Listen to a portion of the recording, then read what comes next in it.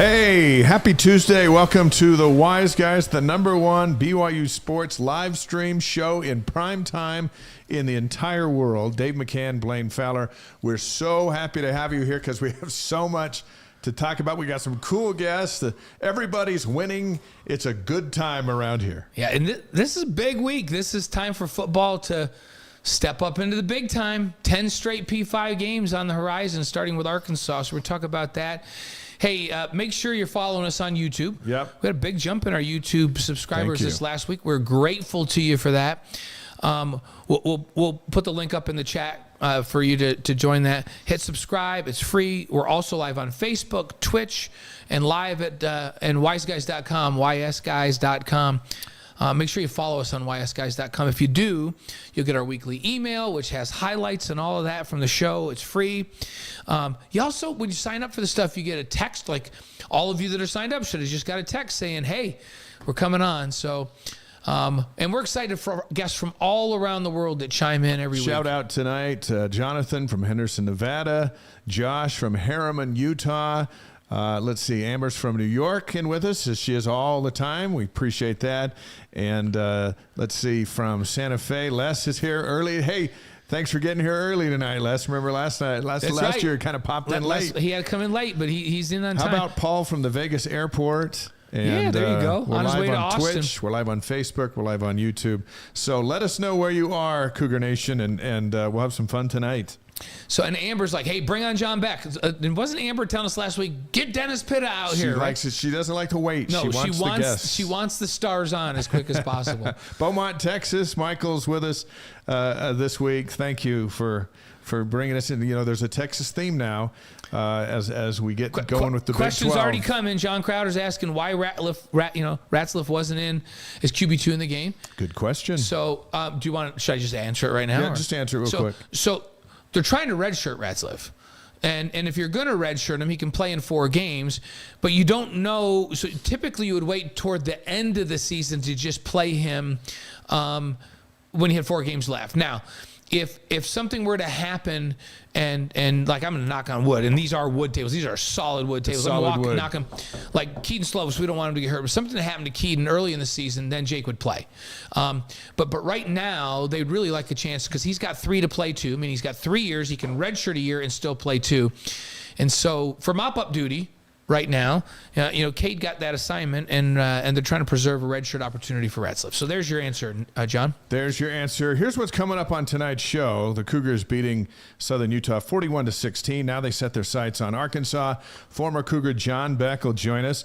We'll get his take on Keaton Slovis and the new development in New York with Zach Wilson back as the starter for the Jets. As you know, after 4 plays, John's the personal quarterback of those 2, so we'll have plenty to talk with him. That's coming up a bit later tonight. Yeah, and we're going to talk to Blaine Douglas. Rarely do we get to talk to another Blaine on the show. It's a record. But we'll visit with Blaine Douglas from the BYU Alumni Association in Arkansas. We'll get details on all the pregame festivities in Fayetteville. And there's a lot going on. Yeah, a lot going on in Fayetteville. 3 days of stuff going on there, and we'll catch up with Blaine on that. Women's soccer solidifies their #1 ranking with the Big 12 opener coming up Thursday night at Southfield. Yeah, That's big. They are big time. They are big time. How about former BYU basketball coach Dave Rose? He joins the program ahead of his introduction into the Utah Sports Hall of Fame. What a well-deserved honor that's happening Monday, and Dave's going to join us, our good friend. We used to have sessions with Dave during shoot-arounds where he'd talk us off ledges, we'd talk him off ledges. Seemed like we talked him off more ledges. We didn't talk basketball. We just talked life with Dave, and we'll talk basketball and life with Dave when he joins us here in just a bit. So excited to get him in the Utah Sports Hall of Fame where he belongs to be. So he's coming up here in just a few minutes. Let's get to the headlines, and we begin with BYU at Kansas, the Big 12 opener. That is Saturday, September 23rd. ESPN has announced the game's at 1:30 Mountain Time on ESPN. The mothership. BYU Sports Nation game day will start at 11:30 a.m. Mountain Time. That's coming up September 23rd. So here we are 3 weeks in, and that'll be 4 weeks in, and already 3-day games. Isn't it nice? Yeah, it's kind of nice. So, and that one's on the mothership, ESPN, middle of the day. How about that? That's going to be fun. So the BYU Arkansas game this Saturday, 5:30. That's on ESPN too. So that's that's close to the mothership. It's close. Right? You can see the ship from there. Right. Our game day show, make sure you tune in to BYU TV and pick up our game day show. That starts at 3:30 Eastern, 1:30 Mountain Time.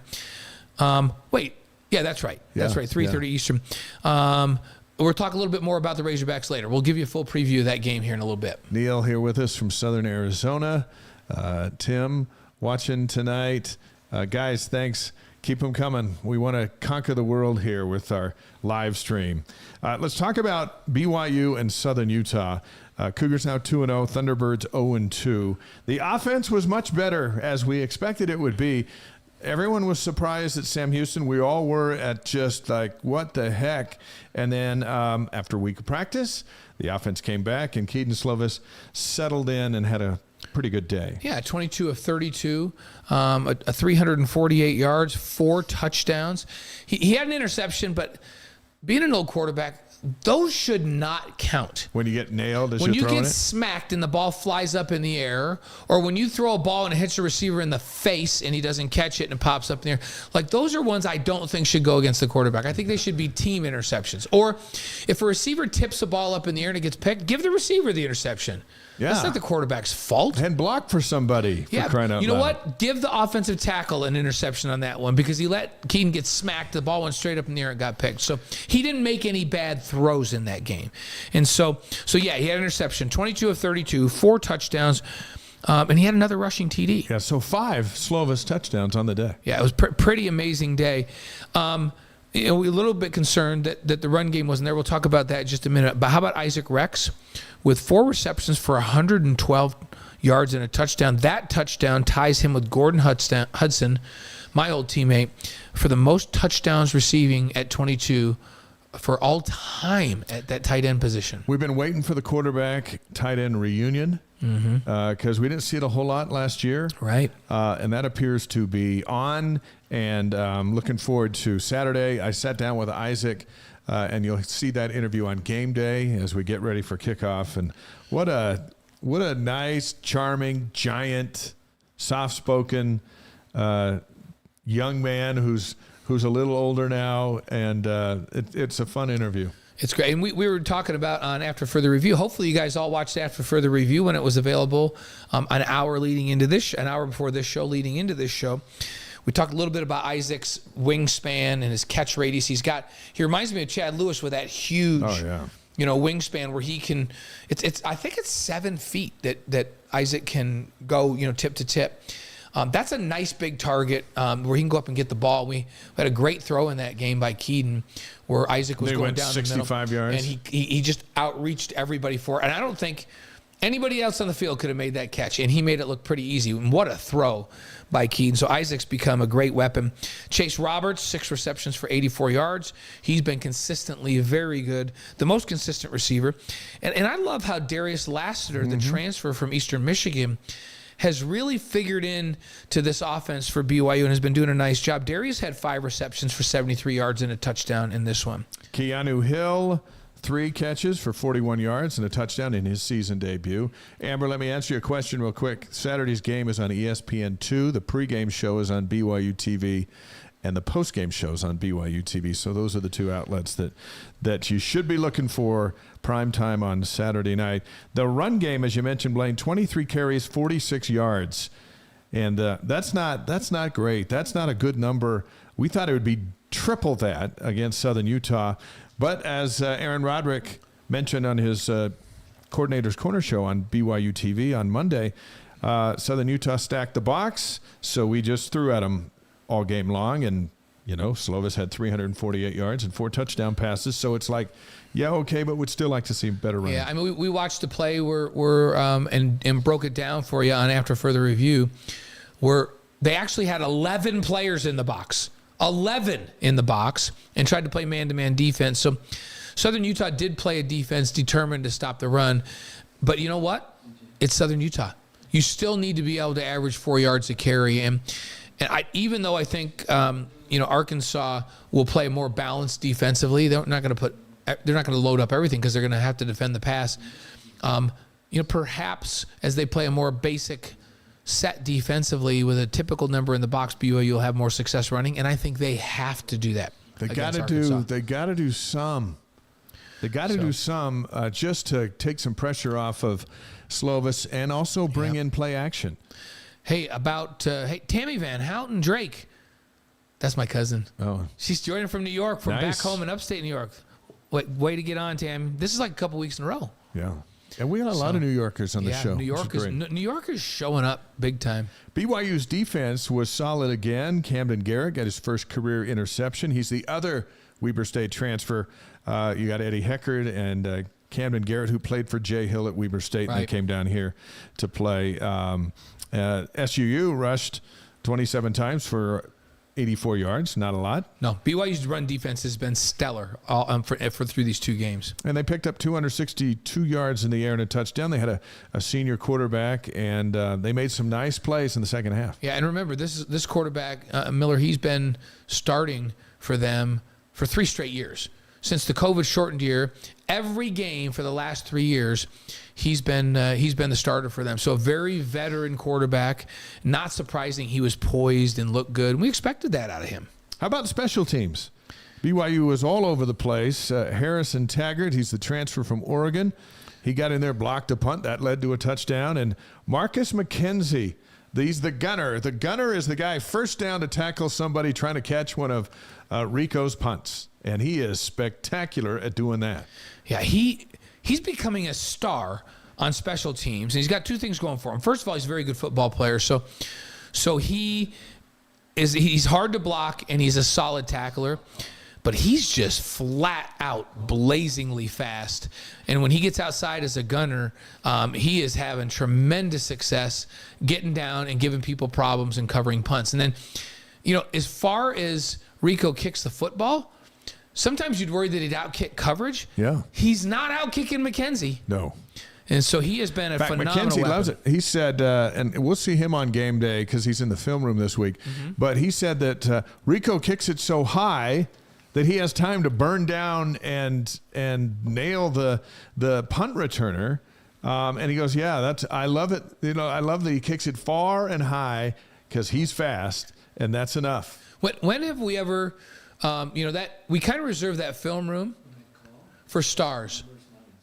You know what I mean? So it's like big stars on offense, big stars on defense. I don't ever remember us having a kick cover guy be in the film room to talk about it. That's how much of a star Marcus McKenzie has become down covering kicks. So special teams has been a real plus for BYU this season.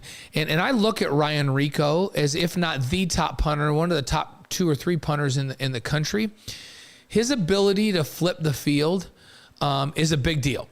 And so BYU in this game against Arkansas, that's going to be a big deal. There's going to be times when Arkansas's defense is going to hold, and where it's going to be okay to say, listen, let's not take a chance. We're deep in our own territory. Let's just let Ryan Rico flip the field here. And he'll boom a 65 or 70 yarder down there, and Marcus McKenzie will go down and take the guy out right where he catches the ball. And now they've got a long field. And in the exchange of punts, you gain yardage. And in really tight football games against good teams, sometimes it's that punting game that allows you to gradually flip the field and get a short field and score. So what a weapon Rico is, and what a weapon Marcus McKenzie is in kick coverage. Way underrated, I think. Although I do think after 2 games, people are going, hey, this McKenzie kid's pretty special. Yeah, and he's fun to talk to. Very bright and excited to be here. And then his twin brother will be here next year once he finishes up his mission back in Atlanta. And we'll have 2 McKenzies. 2 McKenzies are always better than one. Yeah, 2 McKenzies are better, especially when they both run faster than 10.5 in the 100 meters. Absolutely. Right? Kalani Sitake addressed the media to begin the week on the heels of a 2-0 start and looking straight into the face of Arkansas. Let's listen to his opening remarks and we'll react to him. Kalani Sitake. Really excited about this week. Obviously, happy about being 2-0 as a team, and excited about the competition that we've had so far and seeing the guys play. We're right where we wanted to be at this point. Obviously, there's some things that we can definitely improve on. Looking forward to improving from week 2 to week 3. Thought we made some improvement from week 1 to week 2. Doesn't get any easier. We have a great team in Arkansas, with a well-coached team. I'm really excited about the matchup. I mean, Sam Pittman's an amazing person and a great mentor and a great coach, and I like being around him. I'm looking forward to, talking with him before and after the game. But I think in terms of coaching, man, I just really admire what he's done and the way he leads. He's obviously a background of an O-line guy, so I know that they'll be really physical. We played against them last year, and they put up a lot of points on us, and they got the victory. And so we're looking for the rematch and going out to Arkansas and then going to enjoy this game and try to get ready for them. And the tough team, tons of talent, just like we saw last year. And doesn't hurt that they have a veteran quarterback returning that's big and strong, can run and can throw. That combination with a running back that can run. They have a group of running backs that can run, a core of them, and then they have solid tight ends that can catch, can throw, that can catch in the pass game, and they can throw great blocks. And then you have big receivers. They have 3 receivers that basically they all have about 100 yards each in receiving yards. That's just one phase. The offense is really good and a well-coached team. Obviously, you got some new coaches there, but defense, you can see the same thing. Athletic team, tons of talent, and really looking forward to the matchup. But obviously, we're going to have to be at our best and looking forward to our guys getting there. It's week 3 now, so we're right at the swing of things with the season. It took forever to get here, but now that the season's here, it seems like it's going pretty quickly. So we're trying to relish all the moments and try to make some great experiences and great memories. And so hopefully we can get that done this weekend when we get out there in Arkansas. Looking forward to the matchup, though. So I'll take any questions you guys have. Do you have a question for him? Yeah. So, no. Actually, I love that Kalani says, how many coaches say, hey, the season's going pretty fast, so we need to relish every moment, which I love that he says that. He talks to these kids all the time about taking it all in and making sure that they're enjoying it and not being tight, which I think is important as you go on the road to a place like Arkansas, for your players to be relishing the moment, being excited about being in a big environment like that, and having fun. Right? Because when you're having fun, you play loose and you play fast. And so I love that little comment. That's just one of the little words I picked up in that interview today, where I was just like, yeah, do relish the moment. Have fun. You're going down and playing in the SEC. You're way more likely to win if your team's loose and you're playing and you're having fun. Yeah, and we've been waiting a long time for this. I wrote a story in the Deseret News today. You can read it at Deseret.com, but it's like the game we used to play in school, Red Rover, send the Cougars on over. And it's like the kids who weren't invited to play in that game, they just stood on the sidelines at recess and watched. And then all of a sudden BYU's waved in. And now their challenge is to come through and break through the line. And you look at the 10 P5s that are over there locked arm in arm to try to deny BYU, and you go, well, where's the weak spot? And you see Texas and Oklahoma, and you see the right side of the line. Well, those guys are a little bigger. Yeah. But there's no reason to run over there because we'll deal with them later in the game. But you look over to Arkansas and Kansas and Cincinnati, and you go, okay, there's opportunities here. And that's where they're running on Saturday to break through against Nebraska. And after last year's game where Nebraska came in, scored 52 points against BYU, beat them by 17, this is kind of a different team for Arkansas. It's a much different team for BYU, but for Arkansas, it seems much different. Yeah, Arkansas, as I've watched film on their first 2 games, first off, KJ Jefferson, their quarterback, is not playing as aggressively in the run game as he was last season. Remember, he had a couple of concussions, and they've lost Raheem Sanders, who is a huge weapon for them. He had nearly 1,500 yards rushing last season, 10 touchdowns rushing. He's a bona fide All-American running back. He's a starting type running back in the National Football League when he gets to that level, and he's out. And so you get the sense as you watch the film that perhaps they've said to KJ Jefferson, listen, we can't have you get knocked out. We can't have you get a concussion. Like, we have to have you in there. So you need to be a little more judicious when you're running the football. Because last year it felt like he ran like a crazy man. Like, he'd break containment on a scramble and run up the field and run over 3 dudes and turn it back to the inside. He seems this year like he's buying time. He's keeping his head downfield. But when he does run it, he's getting down. He's getting out of bounds. He's not taking the hits that he was. And remember, he hurt BYU last year in big play situations when he'd run and go get a first. It'd be 3rd and 6. Everybody covered downfield. He'd take off and get 9 yards and get a first down and prolong a drive, and then they'd go down and score. So they just seem to be a little less aggressive with him and calling fewer actual called run plays for him in their run game. And he's a big weapon. Yeah. Remember, KJ Jefferson is 6'3" and almost 250 pounds. They have him listed at 247.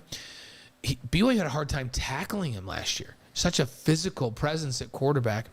And he's a good thrower. He's a good thrower. And then, A.J. Green's going to start at running back now without Rocket Sanders in there. Rocket Sanders is a 240-pound, 6'3" running back. And we talked about his numbers. A.J. Green's very, very good. Yeah. But he's more like a normal-sized human. He's 5'11", he's 205 pounds. He's a normal-sized human running back. He's not Superman. Right. And so they still have those tall receivers. They're 6'4", 6'4", 6'3". But BYU's dealt with that with a lot of teams they've played. It just does. They don't look as explosive offensively, but to me in the first 2 games, Arkansas looked better defensively. Yeah. And Western Carolina, they beat them 56-13. Right. Kent State 28-6. I don't know if it says it kind of like with some things about BYU. Is it the opponent, or are they that good in certain areas? And I don't know if Western Carolina has got anything, or Kent State. We knew Sam Houston would be athletic, and they were. Southern Utah, we thought it would play them tough because they played so tough down at Arizona State, but BYU handled them pretty good. So we're going to find out a lot about these Hogs. The interesting thing about the Razorbacks is they play at number 14 LSU a week from Saturday. Right. So now put yourself in the mind of a 20-year-old playing football at Arkansas, who is not a newcomer to the SEC or the Big 12 or whatever, and you've got BYU, but you have LSU on the road in Death Valley the following week. You're not thinking about BYU. I don't care how many times a coach says, we're going to focus on BYU. It's BYU. It's BYU. It's LSU, LSU, LSU. Especially for Arkansas, that's their rival. They usually play on Thanksgiving. It's a league game. It's at LSU. Yeah. BYU probably had their attention last year. It's like, hey, this is a road game. It's up there.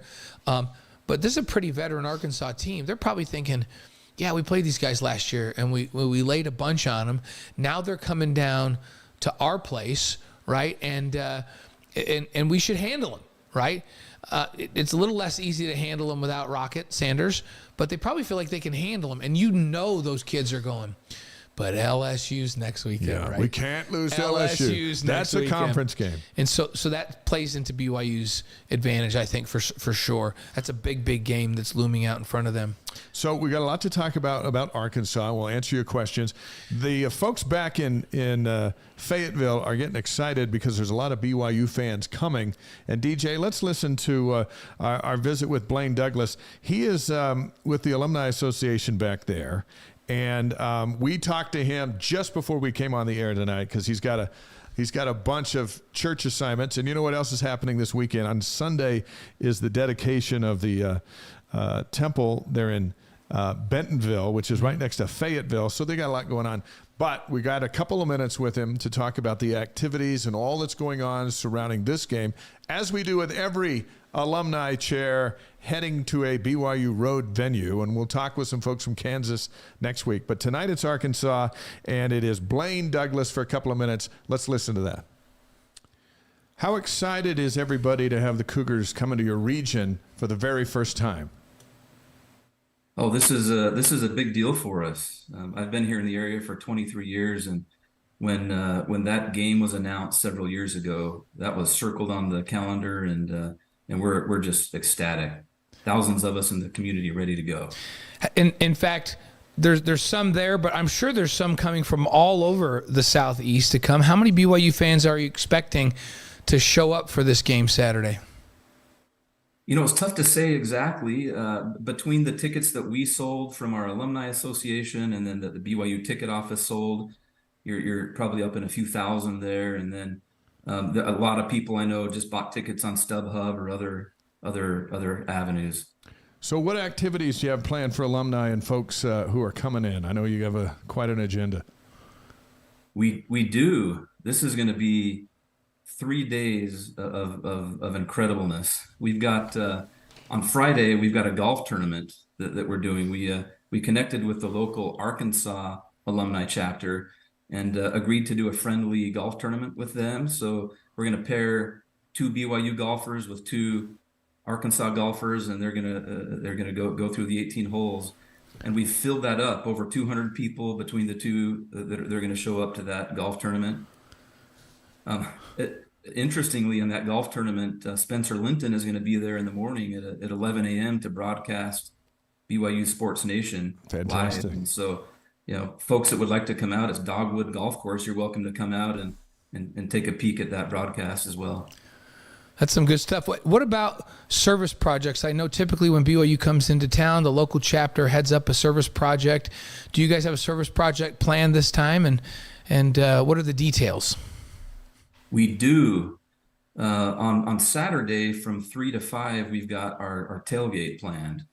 And as part of that tailgate, we've partnered with St. James Missionary Baptist Church in Fayetteville.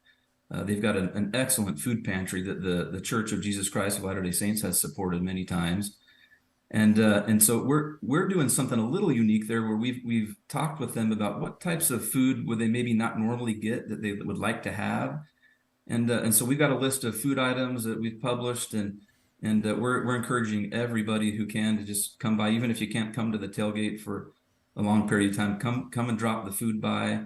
It's going to benefit mostly the Marshallese and Hispanic community, so it'll be a great event. Blaine Douglas, the BYU Alumni Chapter Chair in Arkansas, on the Wise Guys tonight ahead of BYU and Arkansas in Fayetteville. Is there a website where folks can go and get more information as to what you guys are doing? Yeah, the best place to go would be to our Facebook page. Okay. We've got a Facebook page called NWA, meaning Northwest Arkansas. BYU alumni, fans, and friends.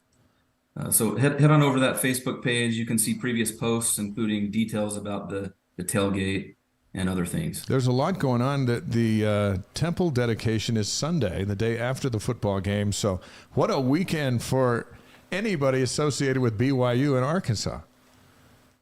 There's no doubt. The way I think a lot of us are looking at that is, before we knew about the temple dedication, this was kind of the main event, the tailgate, the golf, the game. Now we're looking at those as just delicious appetizers, yeah. and the main course is coming on Sunday for the dedication. We're extremely excited for that. That's great stuff. I was going to ask you for a prediction, but not for the temple dedication, because I think we know how that's going to go, right? We have a good idea of that. What about the game against the Razorbacks? What's your prediction for that game? Oh, boy, Blaine, I don't know. I think both teams, I follow a little bit Arkansas as well. I think both teams would admit maybe they haven't lived up to expectations their first couple of games. And so it's a little tough for me to say how it's going to go. I think it could be a blowout either way, or it could be a close game. If I had to call it, I would say I think BYU is going to show well. Put up a little bit of offense, and defense is going to show up. I'd say 27-24 BYU. That's my guess. Nice. All right. I like it. I'm going to tune in and watch that. We'll take that for sure. Hey, one thing we're going to do real quick, and we do it with every guest that comes on the show, and let everybody know back there about Wise Guys and that you're one of the headliners tonight with Dave Rose and John Beck. We got 5 quick questions for you. You ready? Sure. Okay, your favorite sports movie? Oh, I'm going to go old school on this. When I was a kid, I watched The Natural, and that was my favorite sports movie. Is that Robert Redford? Yeah. Yeah. It kind of has a Utah theme to it. He hits the ball into the lights. And Yeah, I remember it well. Your favorite singer or band? Oh, kind of go with the Tabernacle Choir. You can. You can. You'd be the first one that's done it. Has anybody done the tabs? No, Motabs? No, but that's a great choice. I like it. It's a safe one. It's very safe. It's safe. Your favorite breakfast cereal? Always ask everybody that. I'm going to go with Life. Mikey likes it. So, I love Life. Do you do plain Life cereal? Because just before I came here, I needed a little energy, and I had some cinnamon Life. But are you a regular Life guy or a cinnamon Life guy? I like them both, but if I had to go, I'm kind of a little more traditional. I'd go with the regular Life cereal. Regular old Life. All right. Yeah, here's the thing. I think the regular Life, it's kind of sneaky because it kind of feels like it's not a sugar cereal, but I'm pretty sure there's sugar all over that stuff. So, All right, favorite ice cream. Favorite ice cream. Okay, so this is key. Anyone who's coming out here for the game, if you get a chance, you got to go check out Andy's frozen custard. Oh, good recommend. So a triple chocolate concrete at Andy's Frozen is my favorite. Triple ice cream. chocolate concrete. Is that even legal outside of Chocolate Arkansas? concrete. What's the place in St. George where you can get a concrete? I can't remember. I don't know, but there's triple chocolate concrete at Andy's. Yeah, it's Nielsen's frozen custard. Thanks, DJ, for that. Nielsen's frozen custard in St. George has concrete. So, right. And if you need other concrete, there's a place at the point of the mountains been making concrete. That's right. For So there we go. Andy's frozen custard. Then he recommends the triple. Okay, last one. Yeah, your favorite BYU moment. Oh, all right. So a few years ago, I took my daughter and my dad met us out here as well. We drove up to the Nebraska game. Oh, and, we were there for the Tanner Mangum Hail Mary and just celebrating in the stands. That was an incredible moment in person, away. We didn't think we had a chance, fourth quarter there with Taysom out. That was amazing. That was pretty amazing. Dave and I were right on the goal line. We were watching you guys celebrate. We were right on the goal line on the field, right by where he caught that ball. And first thing, we turned to each other and said, "Did he get across the goal line?" We knew he caught it, but we didn't know if it was across. And, what a moment that was. Were you like us at that, Blaine? We felt like those fans at Nebraska and the people that hosted a BYU there were phenomenal. Were they that way with all of you as well, the regular fans in the stands? Oh, yeah. And then we weren't even in the BYU section. We were in the middle of a Nebraska section, and they were very nice, talking all game long. Yeah. They were great fans. We thought they were a great example of sportsmanship. And, of course, it's easier when you beat them, but we were very impressed. We've said that should be a model for how BYU is. And I believe BYU is also a great host. So yeah, they've been pretty good. Hey, 3 days of incredibleness. We wish you the best of luck. Get the Cougs a win back there, and thank you for helping set the tone for us here on game week. Blaine Douglas, the BYU Alumni Chapter Chair in Arkansas, and we hope thousands of BYU fans get to know you this weekend. Thanks for joining the Wise Guys. Thanks, Dave. Thanks, Blaine. Thanks. Appreciate it. Bye. All right, so that was just before we came on the air because he's got some serious church meetings he's taking care of tonight. With the temple dedication. It's a big weekend in the Fayetteville, Bentonville, Arkansas area. But thousands of BYU fans coming, and I think our Arkansas folks will go, hey, well, someone will say you guys travel well, and there are a lot traveling in, but there are thousands right there. That's where they live, and now they have a chance to put on their blue shirts and cheer on the Cougs. Everybody always thinks around the country that BYU, everybody from Utah just travels to the games, and a fair amount do, but BYU just has fans everywhere. Yeah. And they come in mass in whatever area they're in, and local folks just don't understand that. Excited to get to Saturday night. By the way, John Beck's going to join us here in just a few minutes. We'll talk about Keaton Slovis, Zach Wilson, and the Jets, and what John thinks the keys are to beating Arkansas on the road on Saturday night. That's coming up in just a bit. It's our pleasure to welcome to the show former BYU basketball coach Dave Rose, who will be inducted into the Utah Sports Hall of Fame on Monday, September 18th at the Little America in Salt Lake City. He'll be enshrined along with skier Stein Erickson and Ted Ligety, fencer Julie Thompson-Seal, and sports writer Tom Wharton, who's had a great influence on me and my riding career. Dave, we welcome you to the Wise Guys from your lair down there in southern Utah. Good evening. Good evening. How you doing, guys? Great. Thanks for coming on with us. Hey, this Hall of Fame thing, Dave and I are excited. You know that we're your biggest fans, right? So well deserved. How did you find out that you were going into the Hall of Fame? Well, probably around 3 or 4 months ago, Joel Gardner just called me out of the blue. I hadn't heard from Joel for years, and we were just talking, and then he said, "Well, Dave, the reason I'm calling is because you've been chosen to go into the Utah Sports Hall of Fame." And so that's how it came down. We chatted for a while, and since then I've talked to Joel quite a few times, but I'm really, really excited. I think that it's obviously a great honor, and one that not only just for me, but for so many people that helped me through the years, especially my time at BYU.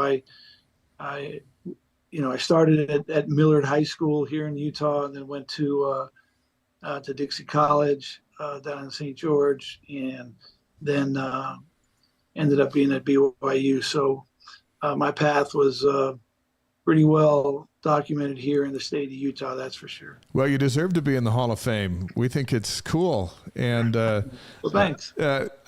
You've done so much, accomplished so many things, and you mentioned. Let's stick with the theme for a moment. There's so many people who helped you along the way. None more than your wife Cheryl. It's not easy being a head coach's wife, and so she too gets to go in the Hall of Fame with you. What has that relationship meant to you over all these years?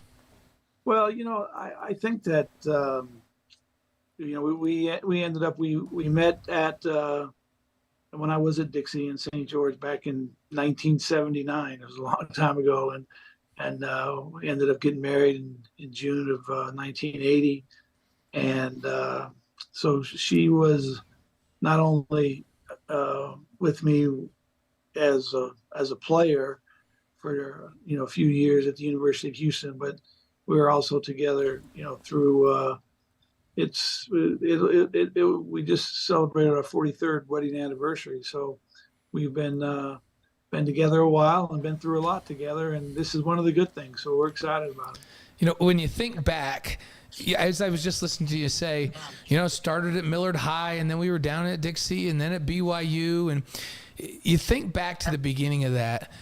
And now we take a look back at your coaching career, and it really is remarkable, the success at every level, the wins, the influence you've had on so many players and so many people. Could you ever have imagined at that start that it was going to lead to this phenomenal career and all of this great accomplishment? If you think about just the first year or two coaching at Millard High School, I mean, the reason I actually took the job at Millard, we just graduated from the University of Houston, just come off a great season, with our team there, and we played for the national championship and ended up getting beat in the championship game. And of all the places I thought that I would end up, the last place I thought would be I'd end up at a small high school in the state of Utah. But that was the only head coaching job that was offered to me at the time. I had a lot of different chances to go be somebody's assistant or go help or, be on a staff somewhere. But I didn't really know for sure if I wanted to be a coach. I thought I did. I thought it would be a pretty cool thing. But so the reason I ended up taking that job was so I could jump right in and just see what it was like, and if it was something that I really was passionate about and something that I really enjoyed doing. And it didn't take long until I figured that this was a pretty fun and a good way for me to make a living without really having to go to work. Former BYU basketball coach Dave Rose is on the Wise Guys live on YouTube, Facebook, Twitch, and wiseguys.com. Bring in your questions on our live stream from all over the world tonight. And a lot of folks asking about your health since retiring from BYU. It's been such a challenge with a major heart attack and a stroke and cancer treatments. And I know you're feeling better, kind of on a good run these last 18 months. Give us an update on how you feel. Yeah, that's been something that's been quite unexpected for us. We I coached for 10 or so years, being diagnosed with cancer, and it's an incurable type of cancer, something that I'm actually really fortunate because pancreatic cancer is one of the deadliest cancers around, and I was fortunate to get a form of pancreatic cancer that was manageable, but it just was not curable. And so I've been dealing with it, for those years. And while I was coaching, I had treatments and I had, surgeries and a lot of different things. And that was a whole nother process. And my coaches were so good with helping me to manage that and still being able to coach our team. But it was my wife is the one that I feel bad for, because when I retired, I just thought that we would have a lot of time to where we could do all the things that we wanted to do, and we thought we could. And 4 months later, I ended up having a heart attack, and then a year later had a stroke. And then because of those things, the actual maintenance of the cancer and trying to control it got put on a different schedule. And so the cancer returned, and I ended up having a major surgery, like you said, a year and a half ago, in January. And that's been a tough one. That's been hard to kind of recover from. But we moved here to St. George and finally got in our home, and things are a lot better. I still get up there to Huntsman every 3 months, and we're back on a routine, and hopefully we can stay on that routine for quite a while, and we can enjoy the time here. We people ask us about you, and we got to be really close for over all those years. You were very patient with us. We were saying before you came on that on shoot-around days, we just have it was like we were psychologists for each other. You were talking us off a ledge. We were talking you off a ledge. We weren't even talking about basketball. We'd get to basketball at some point, but we were close to you, and people would ask us, and we would just say, just know Dave's one of the toughest people we know, period, because we knew what you were going through. Those health challenges, it's challenging enough to be a Division I college basketball coach with all the pressure that comes with that, and then you had to deal with all of that. What did those challenges teach you about yourself over all that time? Well, I'll tell you what, it taught me to really trust and rely on other people to help you through difficult times. And my assistant coaches, the guys that I had, my staff, the staff that was there at BYU, and we're talking, a lot of people, from, your sports information people to your travel people to, your medical staff. I mean, all those people were working so hard for the players, and but in return, it was that they're working for us, for me, to try to make this happen. And I can't ever give enough credit to my assistant coaches. I mean, they were terrific. They weren't like assistant coaches. I mean, they were like my best friends. Yeah. And they were guys who not only, took care of a lot of basketball responsibility, but they became, lifelong friends that, basically took care of me, took care of my kids, took care of a lot of things while we, faced the challenges that we had. I interviewed all your assistants, I think all of them, for an article that's coming out in the Deseret News later this week. And I think what was interesting in the underlying theme in everything, even from Jimmer and some of the guys, when talking about you, it all comes back to you loved your guys, your players, and your staff, and they all knew it, which I think is a tremendous compliment. Because a lot of times we don't like to show those kind of things. We got to be big and tough and all this stuff. And you went through all that you just described, but your players and your staff knew you loved them, and that's a tremendous compliment. I'm not sure if there can be a better one. Well, to me, that was the funnest part. I mean, I felt like I had an entire career of of just great players, great guys, but just being able to kind of wake up every day and not really have a job. I woke up every day and kind of had a hobby. And those guys, the one thing I think that we always had is we had guys who loved the game, and not only from our coaching staff, but to our players, to the players' wives, to the the support staff that we had. And there's so many people that were so important.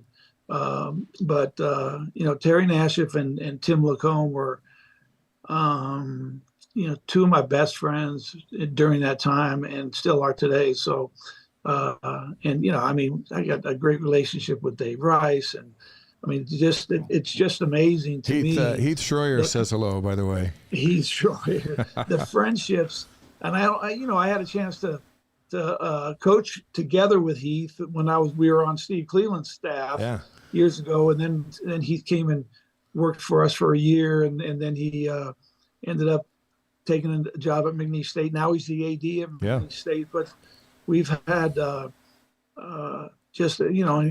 Quincy Lewis. Quincy was on my staff for a few years, but I felt like Quincy was on my staff the entire time because I was always getting his players. And his players were always really good for me. The kids that came out of Lone Peak High School, and how successful they were for us there for quite a while. So I was very, very fortunate. I ended up with Lee Camard on my staff at the end there, and Lee not only played for us, but he was terrific graduate assistant for years, and then came on my staff. So they all have a history, and they all provided quite a benefit to me personally, but also to BYU because they did a lot of work, and no one will ever. That's the sad part, is that the head coach gets the blame and gets the credit, but really it's the credit goes to so much to the people that help you, and not only, like I said, not only from your immediate staff, but from your support staff. Those guys it made going to work every day really fun for me.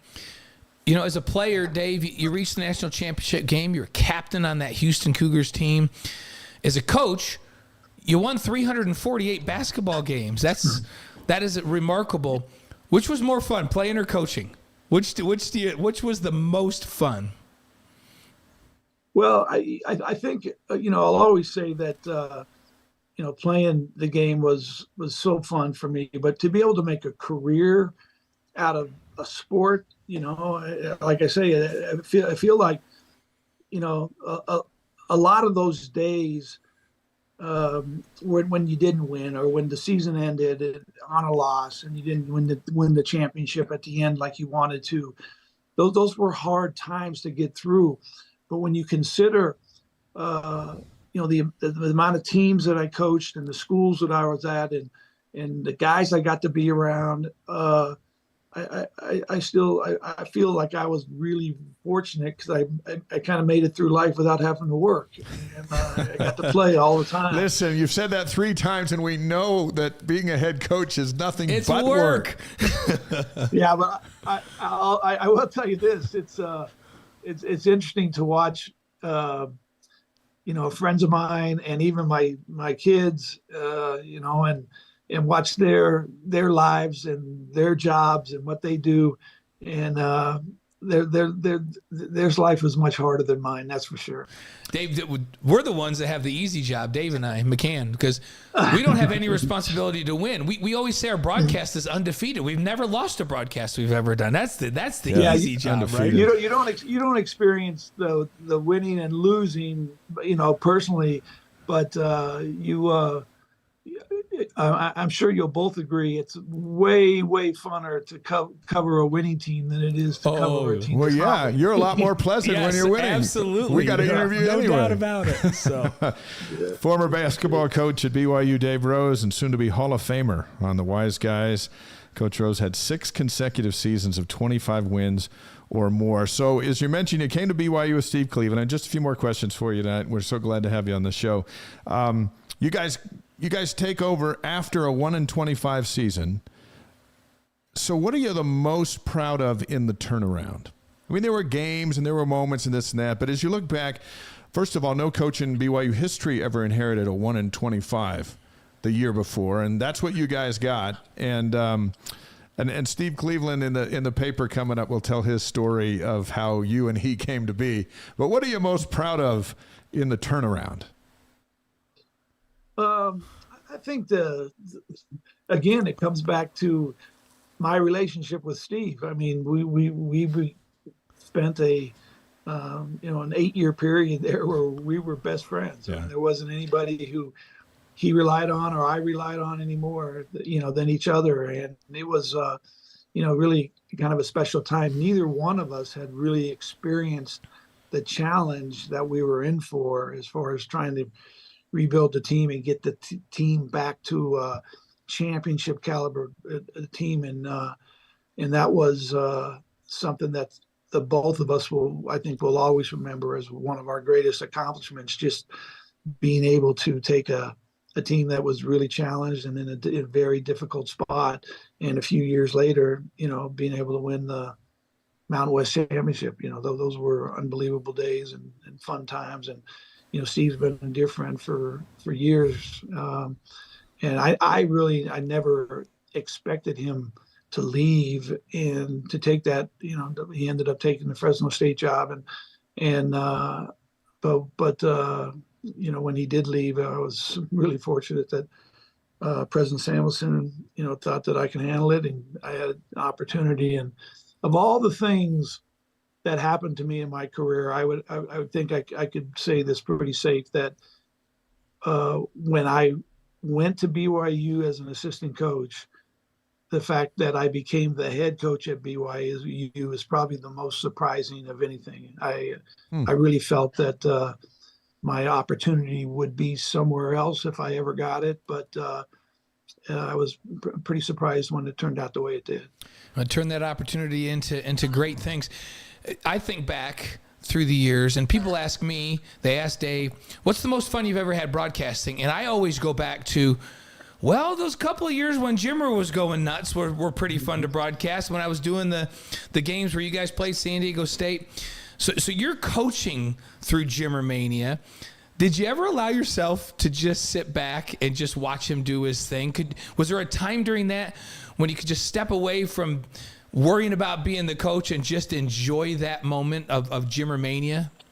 I think that I enjoyed most of it because my guys were my coaches were doing all the hard work, and I was kind of getting all the credit for Jimmer, being Jimmer. And in reality, it was Jimmer and Jackson and Noah Hartsock and the guys that were making it work. But Jimmer was obviously, and still is, a special player, and I was really, really fortunate that he chose BYU, and when he came to BYU, just really blossomed and become one of the all-time greats. I mean, I think that when Jimmer broke Danny Ainge's scoring record, I just thought, my goodness, that record has stood for so long, and I don't know if it'll ever be broken. And then Tyler Hawes comes a few years later, yeah, and he breaks the scoring record. And I think that those years with Jimmer, I think Jackson made us such a good defensive team. We were really good on both sides of the ball. I think Tyler's teams were some of the best offensive teams in the country at the time, and I think that.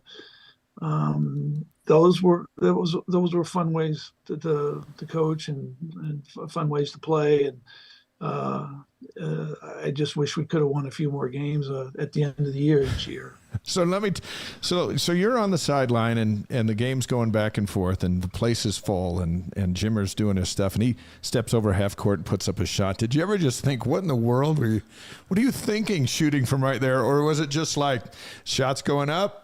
And it's probably going in. What was your perspective? It's funny that I've been asked that quite a few times, and I can honestly tell you what I was thinking is that just make it, okay? because because if you make it, then I don't look silly, and you're going to be fine, because he's going to end at the end of the game. You're going to end up with his 25, his 30, his 40 points. But I'm going to look really silly if all the long ones you shoot, you miss. So make a few of those long ones, and they'll make me look better. There was that tournament game against Gonzaga. Or I was thinking the New Mexico one. Yeah, for when he broke the scoring record. But in Gonzaga, when you blew him out the year before they joined the WCC, he took a shot. CBS put out a clip during the tournament. You're standing where a coach stands, shouting, and he comes down. He's right next to you, and he, without hesitation, he launches a shot, buries it. The place goes nuts, and you look like a genius. He was a confident shooter, and to say the least.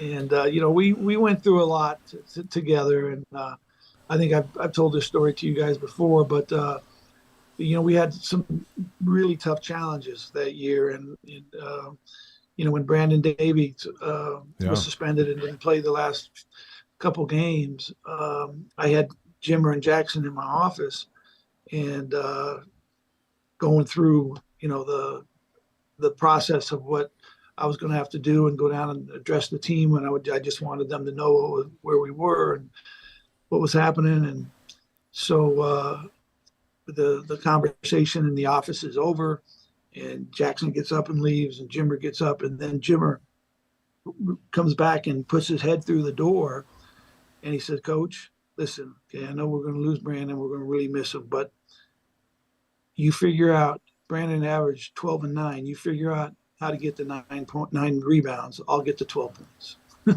It's like a scene out of Hoosiers, a movie. They make movies out of that kind of stuff. It's just crazy. But, he ended up with he had quite a run then, too. I mean, we ended up getting beat by Florida in the Sweet 16 in overtime, and down in New Orleans. And, that comes to my mind quite a bit, because that was as close as we got, and a pretty good chance to get to the Elite Eight. And we would have played a Butler team that had upset number one Pittsburgh at the time, and but that wasn't to be. And so I guess, as they say, if ifs and buts were candy and nuts, we'd all have a Merry Christmas. Yeah, exactly. Jimmer told me the other day that you were the best coach that he has ever played for, and he's been playing all over the place. So you got that going. Well, for you. that's really kind of him, and I think that I know that our relationship has always been really, really good. I think I challenged him. He challenged me. His dad, Al, was terrific in the recruiting process. His mom was a little more difficult because she didn't. I don't know if she at first wanted him to go all the way, from Glens Falls, New York to Provo, Utah. Yeah. But over the years, we've developed a great relationship with the Fredette family, and I'm just so happy for Jimmer and just how he's grown as a person, and he's got a beautiful family and a wonderful place there in Denver, and now he's making an Olympic bid. Jimmer Mania is going to go international. Could come back again in 3-on-3, right? It's unbelievable, and if you watch some of those games, I mean, that game is suited perfect for him because he can get that pretty quick and get it off, and scores a lot of points for that 3-on-3 team. He's going to bring a gold medal back. Yeah, exactly. I think that would be great. Jimmer Mania all over again. Hey, we want to ask you a little bit about the Big 12. Kind of interesting because your alma mater and BYU are now in the same league in basketball, which is who would ever thunk that, right? And so BYU this season ahead, Big 12 that's the real deal. How do you see BYU coming in first in this first season? Then how do they get to the point where they can compete in that league on a regular basis? Well, that's going to be interesting. I'm excited for them. I think that the challenge is tremendous. The change in in Division I basketball now with NIL and the players being able to be paid and make money, I think is going to be really a huge adjustment. And when you talk about it's a kind of a double whammy. You got the adjustment of that and being able to pay your players and trying to increase, the talent level of your teams to compete in one of the best basketball conferences in the country. I mean, they've got their hands full right now, and I really, both those guys, Cody and Mark, both work for me, and they're two of the best coaches around. And I know if anybody is up for the challenge, it's those guys, and then I have all the confidence in the world that they'll get it done. But it'll be very interesting to watch how it happens. Yeah, for sure. All right, we have 5 quick questions for you, and we'll let you get on with your night, and then we'll see you up here next week for the Hall of Fame induction ceremony on Monday night here in Salt Lake City. 5 questions. We hit up everybody for these, and there's no prep, so this is just straight first Dave thing Rose. that comes to the top of your head, that's so everybody gets to know you. And we always start with this: your favorite sports movie. Hoosiers. I'm not surprised by that one. Hey, Marie Osmond. That's Marie's favorite. That's her favorite she too. She said that. Of course, she's married to Steve, so of course she had to say that. But, Hoosiers is a classic. Yeah. The one thing about Hoosiers that makes it one of my favorite movies is the fact that the coach was a crusty old guy, and a lot of people didn't really agree with him, but he figured out a way to get those guys to win, and the whole reason they won was because the player came back and played. Yes, right. The player would have just stayed on the sidelines and not been there, and that's to me is how these games are won and lost. The players are the guys who get it done. That's for sure. Amen. What was when we had Danny Ainge on? What was Danny's? Was Danny's Hoosier too? It could have been. Too? Might have been. Yeah. Yeah. So your favorite singer or band? Whoa. Over the years, I'm a music guy. I've been to a lot of concerts, and I would say the Eagles is probably my favorite group, but Journey over the years is the funnest for me because Cheryl and I have been to quite a few Journey concerts, and since Arnell came back, since they got Arnell, it's been a whole new run for a bunch of old guys. Fun time. So that would be one of my. They were awesome at Stadium Eagles of Fire. and Journey. Those are like 2 absolute classics. I love that. Those are 2 of my favorites as well. Dave likes AC/DC. I don't know what he's thinking. He's a hard rock guy. I got a big palate for the music. But he's a hard rock guy. But he's a Vegas guy. In Vegas, you got to do everything hard. You got to do it hard. But he does like the Eagles and Journey. So, okay, your favorite breakfast cereal. By the way, Les from Santa Fe is predicting that you're going to say Lucky Charms. So. Yeah, it's 6-1 that you're saying Lucky Charms, but we don't want to influence you. You got to speak from your heart. My favorite breakfast cereal, Sugar Frosted Flakes. Kellogg's, it would have to be over the course of my life. Yeah. But probably lately, the last 10 years, it would have to be. My goodness, I can't even remember what. Like honey bunches of oats or honey bunches of oats. That's a popular one. I had Frosted Flakes this morning. Hey, the Frosted Flakes never went out of style. Yeah. Oh, never. No. You can't go wrong. So I have Frosted Flakes in the cupboard at all times. Yeah, you have to. Danny told us. Ainge. He went shredded wheat. He goes shredded wheat, and we're like, please tell us the kind that has the sugar on it, right? And he's like, no, straight, fresh, straight. And we're like, Michelle's making you eat that crap because of your heart and stuff, right? He's like, and he admitted. So, okay, your favorite. Do you have a favorite victory of all time as a player, as a coach? Favorite win? Wow. That's probably as a player when we beat Louisville in the semifinals of the championship in Albuquerque in the pit, and as a coach, my goodness, that's tough. Those years with Jimmer, that the home games are so fun to win, and when we beat San Diego State at home was so good, but beating them on the road that year, the road games. when you beat a team on the road. But I don't know if anything beats the time we beat when we beat Gonzaga at Gonzaga, and they had already announced that they were 30-0, and they ended up 29-1. That was pretty fun. Yeah, it was in the newspaper. Like the newspaper had pre-printed it. Yeah, that was pretty special. And he beat them a few times up there. They didn't want to see anymore. Those are all. Every one of those that you just mentioned are great memories. San Diego State at home, on the road, the Zags on the road. Those are all great memories for all of us, right? So pretty cool. Okay, this one's the most important one. Your favorite advice ever from Cheryl, your wife? Oh, go fight, win. She told me that before every game. That's what she said before every game. Go Every fight, game. win. That's a coach's wife right there. There you fight, go. win. She's the best. She's been so good to us over the years. We I love can Cheryl. tell you this: that I did go, and we did win quite a few. I'm glad I didn't fight a lot. You know, we and you think about that as announcers, it probably doesn't cross your mind much, but as a coach, there's a lot of times when things got really, really hot, and you would kind of worry about your team getting in a fight. You know, you talk about bad things happening when bench is clear, and I was fortunate that my teams never got involved. Hey, listen, when Hoffa's temperature went up, anything was possible. It was always at risk. Yeah, JT was he was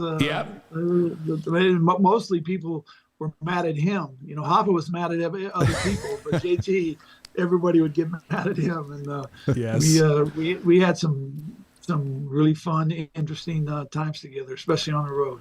So let's finish with this one because folks have been asking on the live stream, and I actually tweeted it out last week called "No Jacket Required." Coach Rose is coming to Wise Guys. So you know what I'm talking about. The fastest jacket removal of all time took place in Vegas. I believe it was at the conference tournament, and you were either about to get teed up or you just got teed up. But I don't even think you could recreate how fast you got that jacket off and thrown down on the bench. That was like an Olympic feat. How'd you do that? It was quite a proud moment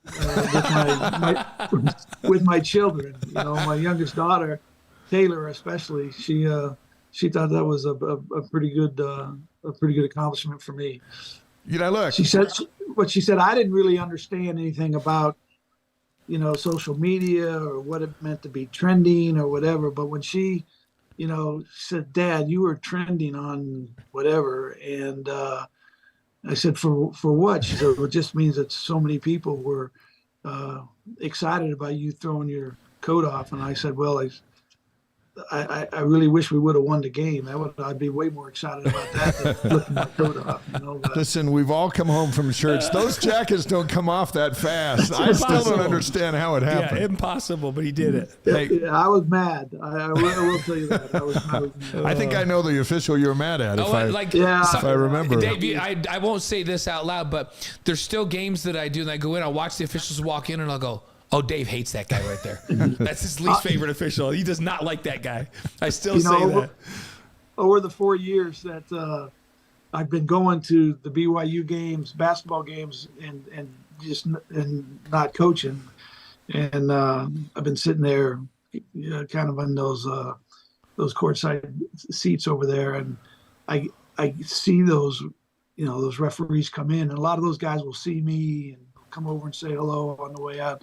That is the last person I want to see, is one of those referees coming over and trying to act like they're my friends. You know, they weren't my friends.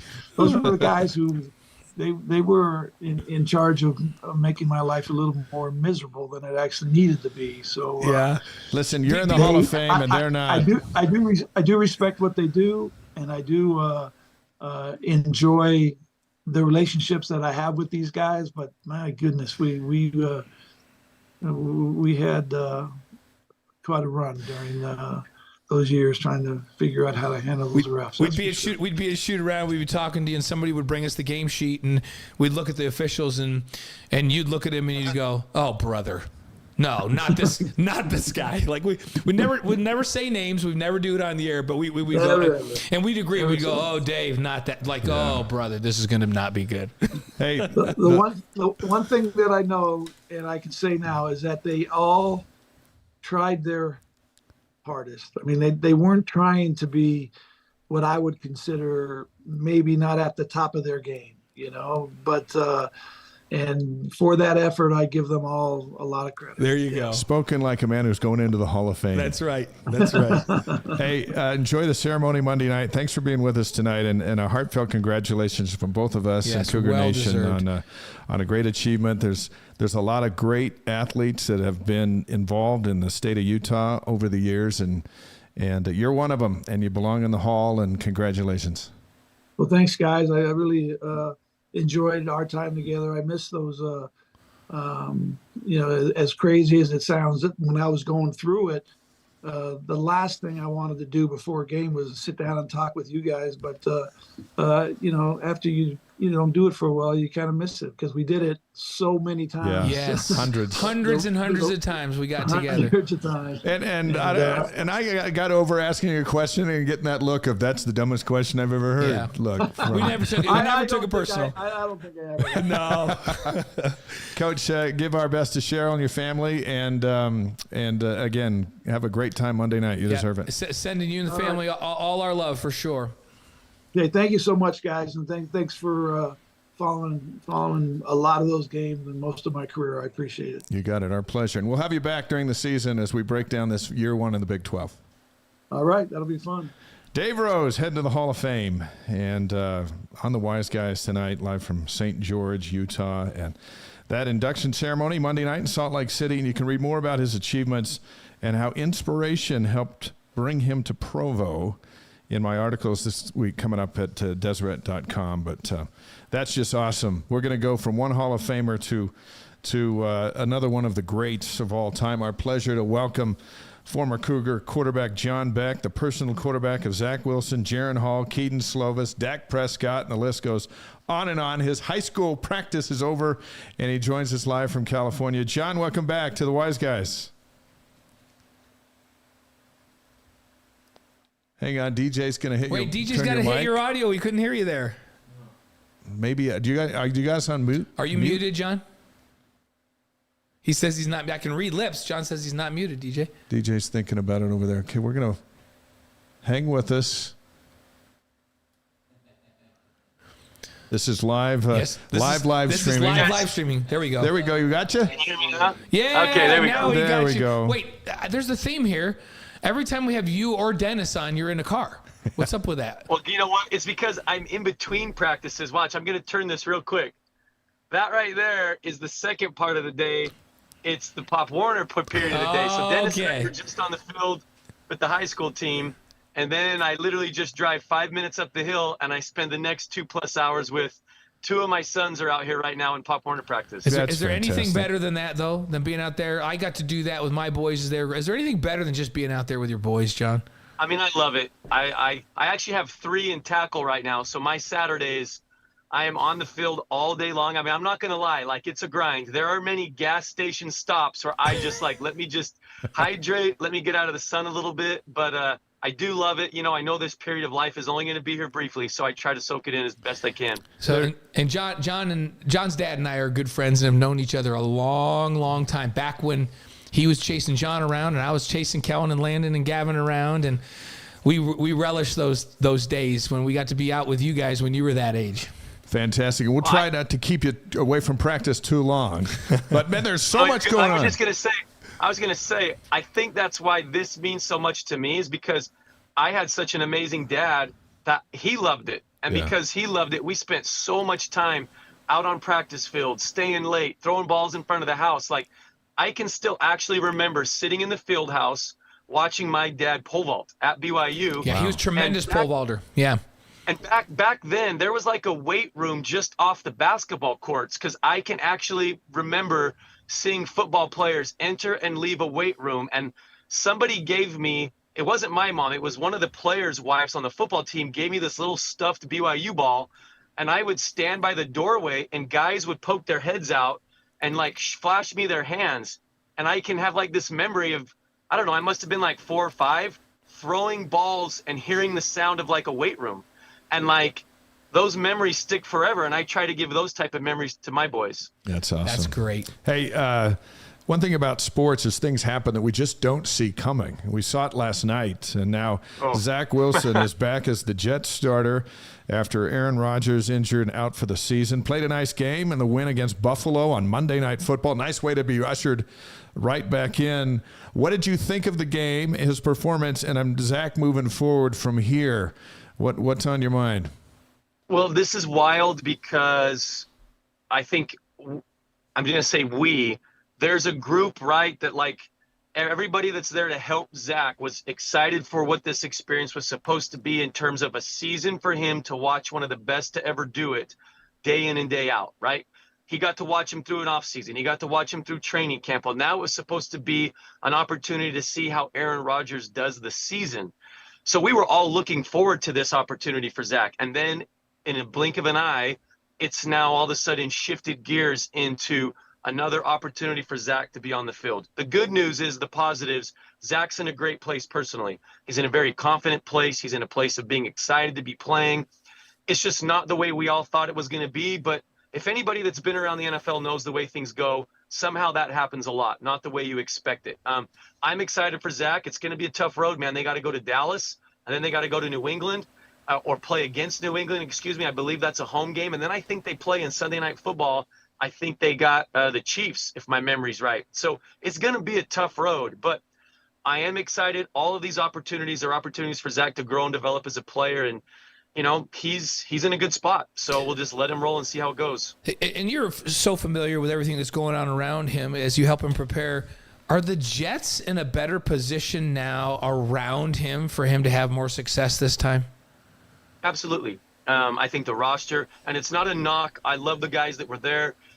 Good players, good teammates, all of that stuff. But the Jets did something with the roster because of it. If we're going to go out and bring Aaron Rodgers here, we have to make sure that we put together a playoff squad around him, right? This isn't like a rebuild. This isn't like a let's bring the youth up and let's develop the draft picks or let's find some young guys. Like this is like we're making a playoff run. That's the roster that was built around Aaron Rodgers, and that's the same group that's around Zach. And I love seeing some of the guys that were the draft picks of his year and the year after that are really turning into key players for that team. You look at what Garrett Wilson, only in his second year, some of the plays that he's making, it's awesome have a guy like that around. I mean, like I think you saw that touchdown pass that Zach threw, that was a run play.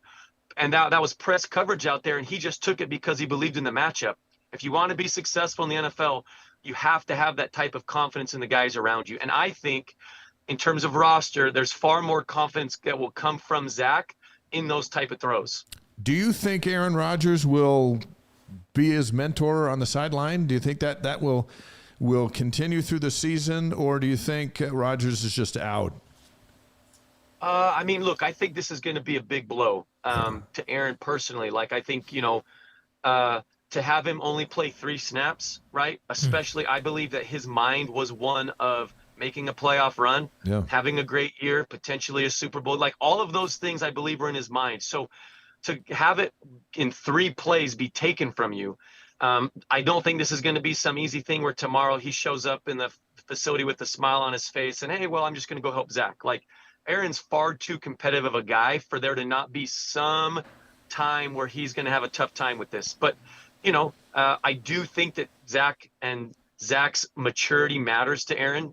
He's expressed that. He's always trying to help Zach. I do think there will be a time that after he kind of like grieves this thing and goes through this process of not being able to play, that then it will turn into an opportunity for him to help Zach where he can.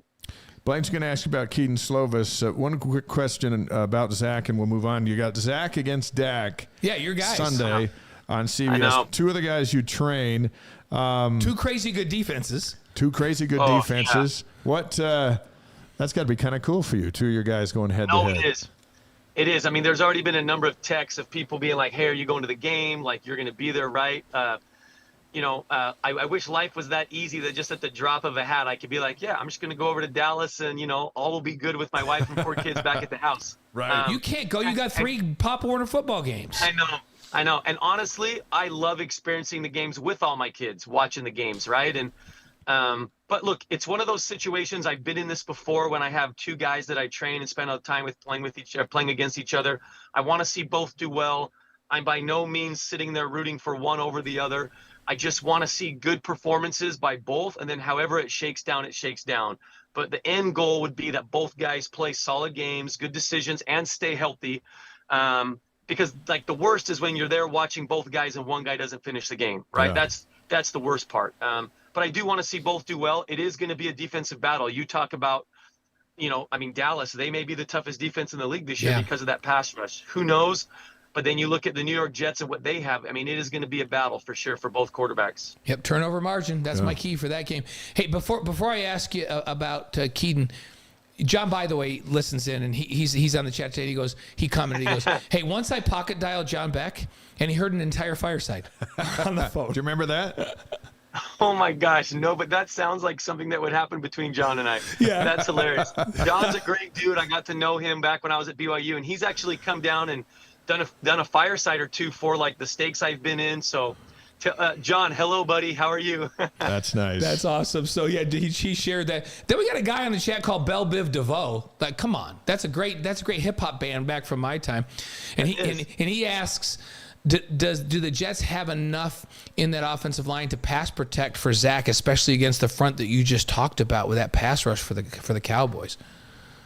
I don't know if anybody is going to be able to control the pass rush of the Dallas Cowboys. I mean, I've known because of following Dak and the off season and also their training camp, like there's been practices that I've gone to, that defensive front has the ability to absolutely wreck a practice. And because of that ability, this may be a season, if they can stay healthy, where they cause a lot of problems for a lot of offenses. I just think it's going to be tough. Like, it's not going to be about, do we have the men to just go mano-a-mano every single snap? Like you don't. You got to find ways to be able to manage that. And then how can you get the ball out of the quarterback's hands? You don't want to just be asking the quarterback to stand in that pocket for an entire game over and over and over. Yeah, it's a great point. I want to ask you about Keaton Slovis a little bit. It seemed to me to make some progress, timing with receivers, getting the ball out, all of that. Progress from week 1 to week 2 in the pass game. What's your assessment of how he progressed from week 1 to week 2 as you watched him? Well, there was a rhythm that was there in week 2. You could see, and it builds. I mean, you understand this being a quarterback, it builds. Like when you get some completions, when you hit some plays, when you're not always so far behind the sticks. And then let's say you are behind the sticks, 3rd and 8, 3rd and 10, and you pick up a few of those. It's that rhythm that just kind of, you're settled in, right? You find that groove. And there will still be plays that may or may not work out. But I think the tough thing was that Sam Houston game. It was like there were periods where they couldn't get anything going. They'd get stuffed on a run, incomplete pass. Oh, we do complete a pass. Oh, penalty, sorry, bring it back. Now we're really behind the sticks. That's what it felt like. And I've made the comment before, like there were plays in that game where Sam Houston had guys that were in a spot based off of blitzes, little twists that were happening. It was a little bit of situational fortune of just like, man, we called the perfect blitz. Oh man, our little twist happened to put us in the right spot. There were some of those. But this week I just liked it. Like there was also a variety of throws. You saw Keaton take the underneath choice route a number of times. You saw him get the ball out of his hand fast. Then you saw some downfield routes. He let them develop, and we were able to hit those like 14-yard stop routes, those deep crossers versus man coverage. Takes a little bit longer. I just think there was a comfort level, and it may not just be with Keaton's comfort level. I think he was pretty comfortable heading into the Sam Houston game, but I just mean when you start completing balls, it's that rhythm of, okay, good things are happening. Yeah. And I think that was the difference. Amen. Former Cougar quarterback John Beck's on the Wise Guys, live on YouTube, Facebook, Twitch, and ysguys.com. We're going to ask you about your social media project that you've got going here in a moment. Before we get to that, Keaton's getting to Arkansas on Saturday. It'll be his 35th start against a P5 defense. How valuable is that for a team that's never played there before? And what do you expect from him Saturday night? It's big. Look, I'm a believer in Keaton. Obviously, everybody knows that. That's why he's, playing at BYU. Yeah. As a guy that I believed in, and I'm only going to recommend a guy if I feel that way about him. So I love that we have a guy like that at the helm. It does matter the games you've played in. It matters the amount of times that you've played against a speed of defense like that, whether it's physicality, whether it's speed, whether it's total athleticism on the field. It does make a difference. And so to have a guy with that experience, comfort level, I think it's going to help. The other thing is beyond BYU, right? Keaton's ability to have success in those games is only going to fare him better as he prepares for the NFL, right? When NFL teams put tape on, like, they're not going to pull up the SUU game. That's the reality. That's not a knock to SUU. That's just the reality. Most coaches watch about 6 games of guys to really get an idea. Then if they want to dive deeper, they go watch other games. But that initial, when they're filling out their booklets, it's usually 6 games, right? And as they watch those 6 games, they're gonna look at what games did the guy have good stats in, what games did the guy have poor stats in, and then they're gonna look at who the opponents were. Why did he have success against this good opponent? Let's peek at it. Why did he not have success against this opponent that's also a good opponent? Let's look at it. So to me, as Keaton just continues to develop as a quarterback, yes, he's got 35, and he's going to get another 8 more this year, 8 more plus. All of that is just going to bode well for him as he moves forward. Word has it that Cody Epps will be back in the lineup this week for the first time since Game 8 of last season. So give him a full stable of resources. The group that he thought he'd have at wide receiver to start the season. He didn't have Keanu the first week, had him last week. Now he's going to get Cody back. Does that make a difference for him? Does having Cody back help? Absolutely. Cody's going to be a key player in the offense. And I'm going to jump back to the Sam Houston game, whether it was inexperience, whether it was, the receivers that were filling those spots, maybe didn't really have a firm understanding or grasp of some of the responsibilities. There were errors made in the blocking. There were errors made on some of the routes, and that makes a difference. Some of those run plays that they need to have an edge guy at a point of attack, or you need to be able to get that nickel that comes off the edge if you're the slot receiver, all of those are impactful because that sets up the offense for down and distance situations, right? If you miss that nickel off the edge on a run play, you get stuffed at line of scrimmage. Now it's 2nd and 10. Well, what's your play call? Because if you run the ball again and you get stuck, now it's 3rd and long. If you pass the ball and it's incomplete, now it's 3rd and long again, right? All of those things matter. So to have experienced guys back on all aspects of the game will be a benefit. And then Cody's the starter because of the things that he can do from a receiver standpoint, because of the trust that Keaton has in him, the ability to get open. To have that guy back is absolutely going to make a difference. The running game has sputtered a little bit out of the gate. Now the opponents are going to get bigger and stronger. How much of a ground attack does BYU need for Keaton to have that kind of pressure relieved a little bit so he can chuck the ball down the field? More than what they've had. I'll just be blunt, right? Yeah. If you're going to go into Arkansas and the teams that we play beyond Arkansas, you're going to have more than what you've produced up to this point. I think the scheme is our scheme. It's what A-Rod's going to do. It doesn't need to be a shift in our beliefs or our scheme. It just needs to be a little bit better execution, and we can anticipate it's also going to be against, you can say, a better quality opponent. So it's a big challenge, right? It's hard to say, I guarantee this is going to work when you look at what they've done against Sam Houston State and SUU, and now they got to go down and play, a slate of Arkansas and other Big 12 teams coming up after that. There are some things that they got to find it, however it's found, whether it's the intensity in practice, whether it's better understanding of scheme, whether it's more time in some O-line combo settings, inside run type stuff. However they find it, there does need to be another level found because that does take pressure off Keaton. And the other thing it's going to do, it sets up the play action game.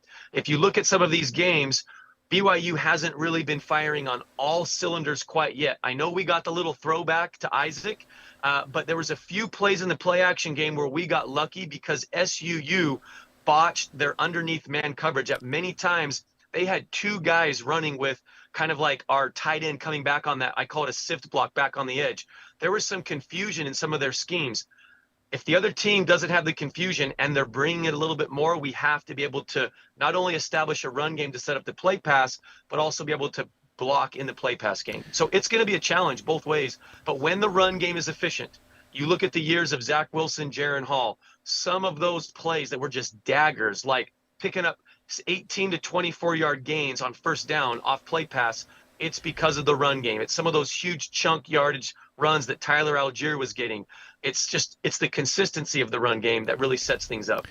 Yeah, and we noticed, John, that in that first game, Sam Houston, I must have said it 100 times that following week. I'm like, you have to. People are talking about third down production. You're going to be terrible in third down if you can't get any production on first down, because you're immediately behind the chains. And series after series, they got nothing out of first down, and it was no wonder with all the third and longs that they were struggling. And so, your thought on that, and I feel like at Arkansas they've got to be productive and get something out of first down if they're going to have success down there. Am I off base, or is that? Oh, 100%. Like, if you talk to coordinators in the NFL, when they call a first down run play, they're thinking 4 yards.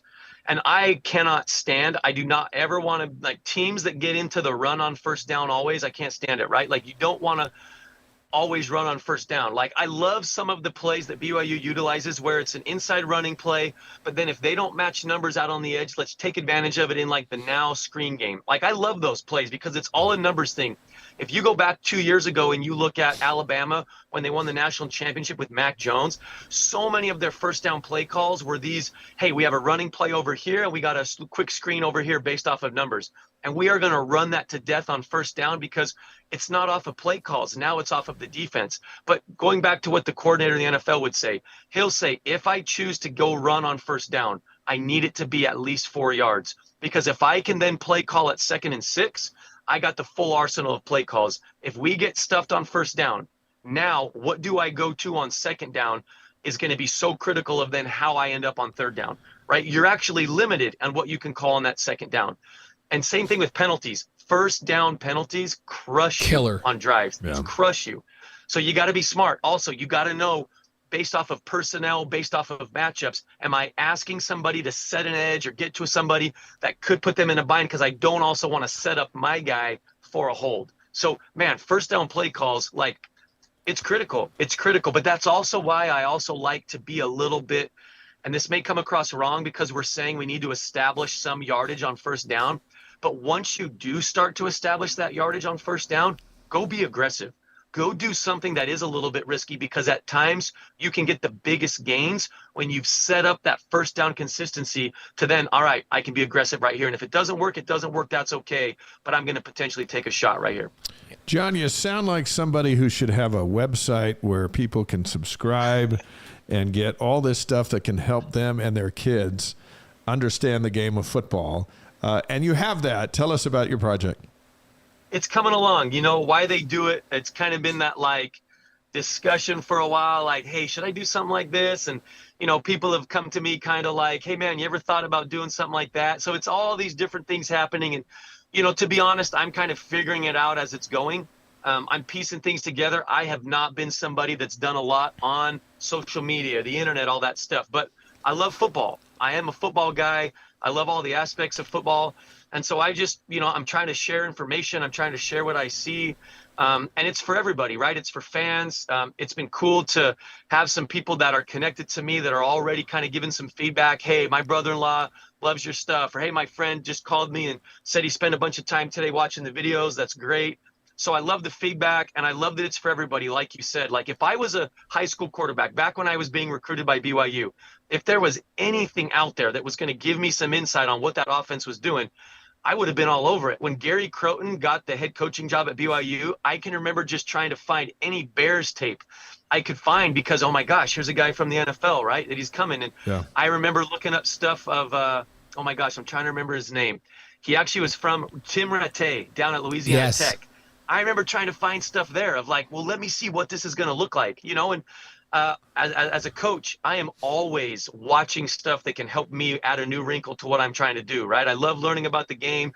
I love, you know, following people that put stuff out there. And so I'm kind of joining that club, and it's geared towards BYU, right? The fan base that, you know, means a lot to me, the team that means a lot to me. And I'm just trying to do a good job of putting good information out there. So where can people find it?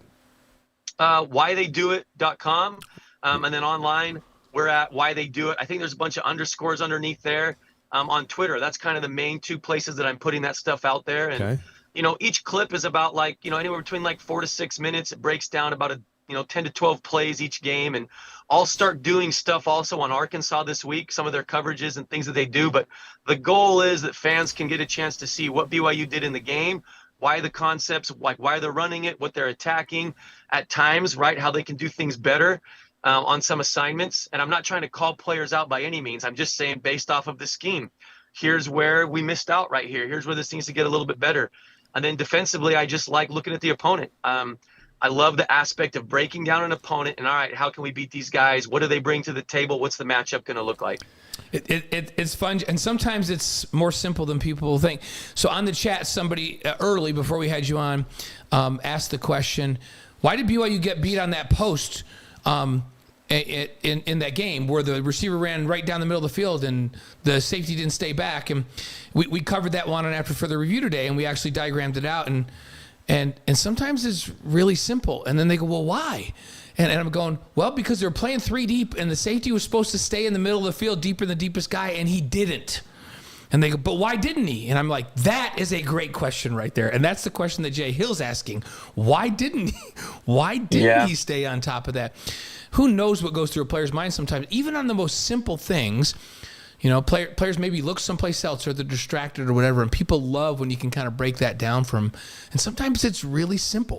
Hey, Les from Santa Fe says, love the Beck videos, great personal film study, becoming more knowledgeable. So there's some initial feedback from Cougar Nation. John, let's finish with this last question, and this is going to say a lot about your personality and inner confidence. There we go. And we like to have those as we wrap up. Is this one of Blane's fastest 3 or something like that? No. We've already done that. We did your 5, so you've done that. We have that. That's on record. That's in the books for all time. Unless you changed. Right. You didn't change your breakfast cereal, did you? You didn't change your breakfast cereal. No. And I remember you guys asked me my favorite band was Revolution, and you're like, who's that? I actually went to their concert this summer. See, he's not changing. So if you're not changing, we don't need to. If we have you on and you're like, hey, by the way, guys, I've completely changed. I need to do the Fast 5 again. We'll do it again. We're easy. But this is different. This one goes to your core. All right. You threw for 11,021 yards during your time at BYU. If you add up all of Slovis's yards from USC, Pittsburgh, and 2 games at BYU, he has 10,466. That leaves him 556 yards away from passing you. You're his coach. Is this where the student tops the master, or is this where the master says it doesn't count because you weren't at BYU long enough? Oh, I don't care about that stuff. The only one that matters is those dang 300 yards that Max, because Max reminds me of it a number of times. Yes. Max likes to bring that up every once in a while, The data is important to Max. That is. I mean, look, I think, to me as a coach, the thing that would be the best feeling ever is when my guys succeed. And so if success equals yardage that surpasses me by whatever, I mean, it doesn't matter, right? Because at this day and age, those yards were a lot of fun. Do I wish there was more yards that we could have got? Yeah. Do I wish there was more wins we could have got? Yeah. But those days, to me, that's like a lifetime ago, right? That's not what's important now in my life. The things that are important now in my life, it's my family, my relationships. It's the impact that I have on the people around me. And with my quarterbacks, I want to see them succeed, right? And whatever it is that is equal success, if it's crushing some stat and all that, awesome. I couldn't be happier than when I see the guys that I put a ton of effort into having good things happen. And so to me, that's it. That's why, look, Keaton and I had a lot of conversations back in the summer of look, Keaton, at the end of the day, I want this to be a good experience, So to me, I want to see him throw for as many yards as he possibly can. See, that's why you're above the fray. That's right. The great John Beck. All right, go back out to practice, whytheydoit.com. We look forward to having you later in the season. Thank you so much for your insight tonight. Awesome, John. Have a live practice, shot of him going to practice. He is on I'm literally going out right now. It's offensive period right now. There we go. Thanks, John. Yep, bye. The great John Beck and the personal trainer, quarterback coach of Zach Wilson, Keaton Slovis, Jaron Hall, Dak Prescott, and the list goes on and on. Isn't that fun that he's got Dak going head-to-head with Zach this week, the Cowboys? That is so cool. And he had a lot of respect for that Dallas defense, as do I after watching them this last week. Do you want them coming at you? My goodness, they're good. They had 7 sacks. After watching that game, I'm like, you know what? This might be the year Dallas goes back to the Super Bowl. What's Zach going to do with that line coming at him? What are the Jets going to do? We'll find out. Hey, by the way, Belle Biv DeVoe's been chiming in. And how does Belle Biv DeVoe says, hey, favorite Revolution song? Fade Away. That's the best song. I feel like Belle Biv DeVoe's a person that has like all kinds of information. Yeah. And by the way, we want John, by the way, on the show. So we're going to reach out to John. Come on the show with us one of these times, John. So we appreciate you listening in. And that the pocket dial. So and John's always above, like we call it a butt dial. John calls it a pocket dial. It's better. It sounds nicer. Yeah, when you say pocket dial rather than a butt dial, I call it a butt dial. So. Next week on The Wise Guys, Mark Comer from the Royal Blue Collective. They've got some new things going on which are going to affect BYU recruits. He'll be with us. Kansas radio analyst David Lawrence is going to be with us ahead of the Big 12 opener against the Jayhawks. And we'll also visit with the alumni rep back in the Kansas area as Cougar Nation goes from Fayetteville to Lawrence. That's right. Back-to-back weeks. And by the way, Kansas looks awesome this year. I'm really impressed with Kansas so far this year. Later in the month, on September 26th, Charlie Peterson's going to join us, former quarterback, and Dave Almadova ahead of all the festivities leading into the home opener. Wally Joyner in October, Riley Nelson, Brandon Doman, and many more. That's coming up in the coming weeks here on Wise Guys. DJ, can you show our game day graphic? Blaine, you want to pitch it? Yeah. We got a busy Saturday. Please, look at these guys right here. Come join us on Saturday for BYU Sports Nation Game Day. We're going to hit the air at 5:30 Eastern, 3:30 Mountain for 2 hours of pregame coverage. You've got me, you've got Dave, you've got Dave Nixon, we have Brian Logan, Spencer Litton's on the field and in Arkansas doing all kinds of interviews, doing live reports. We'll be in BYU TV studios this weekend, so we're not making the road trip, but Spencer's representing us down there. We've got a great show. We just went through our production meeting today and planned everything for you. We got some great features. So you can come with us for the pregame. Then you can jump over to ESPN2 for the game live at 5:30 Mountain on ESPN2, and then come back to us for the postgame afterward, and we'll get all the interviews from the field, and we'll break it down. It's going to be a fun Saturday. We live for days like this. For more on the Razorbacks, as well as the Southern Utah game, watch After Further Review. That's on demand on the free BYU TV app. Tonight's show's waiting for you, and you can watch it as often as you'd like. Here's what the Cougars are going to look like in Fayetteville. The uniforms, I think these are the same unis they took to USC a couple of years ago where they just looked awesome. Yeah, they look great. And this is what it's going to be. They wore these last season at Stanford. Be the royal helmets, white tops, and the royal blue pants. That's going to look sharp. I feel like this is a classic. This is like, I think Kalani loves this because he loves the royal. This is a classic away uniform that's been worn over the years. I like it a lot. Looks good. Keep chiming in on our live stream. We're going strong to the finish. We got a lot of stuff between now and the next few minutes to share with you. Last week in the Big 12, a couple of surprises, and then we'll look at this week in the Big 12 because that's the world we live in. Yeah. Texas went into Alabama, beat Alabama 34-24. I thought beat him convincingly. Steve Sarkisian, the former Cougar, got one of the biggest wins of his life, if not the biggest. That wasn't a fluke. They were the better team. Yeah. Like, the whole game I felt that. I'm like, Texas is better than Alabama. They had athletes that matched up with Alabama's at every position, which is scary for BYU because they play them at Texas later in the season. But all this talk about they're stacked, they've got experience, this is going to be the year. I'm a believer right now. It could be. I'm a believer right now. Boise State had Central Florida on the blue turf, and I thought that was going to be an interesting one. Central Florida kicked the field goal as time expired and beat the Broncos 18-16. We are also keeping an eye on Oklahoma. Are they going to score 75 points every time out? And the answer is no. Well, what did I say last week? I said, okay, if they score 70, then I'm all in. If they don't, because now SMU's a decent opponent, then the jury's still out. So my jury's still out on Oklahoma. Yeah. Yeah, 28-11. They might have to beat Texas. Do I think they're good? Yes, I think they're good. But do I think they're back where they're just unstoppable? I'm not sure now. No. It was 14-11 in the fourth quarter. Yeah. So this week in the Big 12, a couple of notables that we'll keep an eye on Saturday as we wait for the BYU game where the Cougars are a 9.5-point underdog. 15th ranked Kansas State, who I still think I picked them to win the Big 12. They're very good on both sides of the ball. They're at Missouri. Oklahoma's at Tulsa. Pitt, West Virginia, you like that game today? I like that. It's a big rivalry game. They both recruit against each other.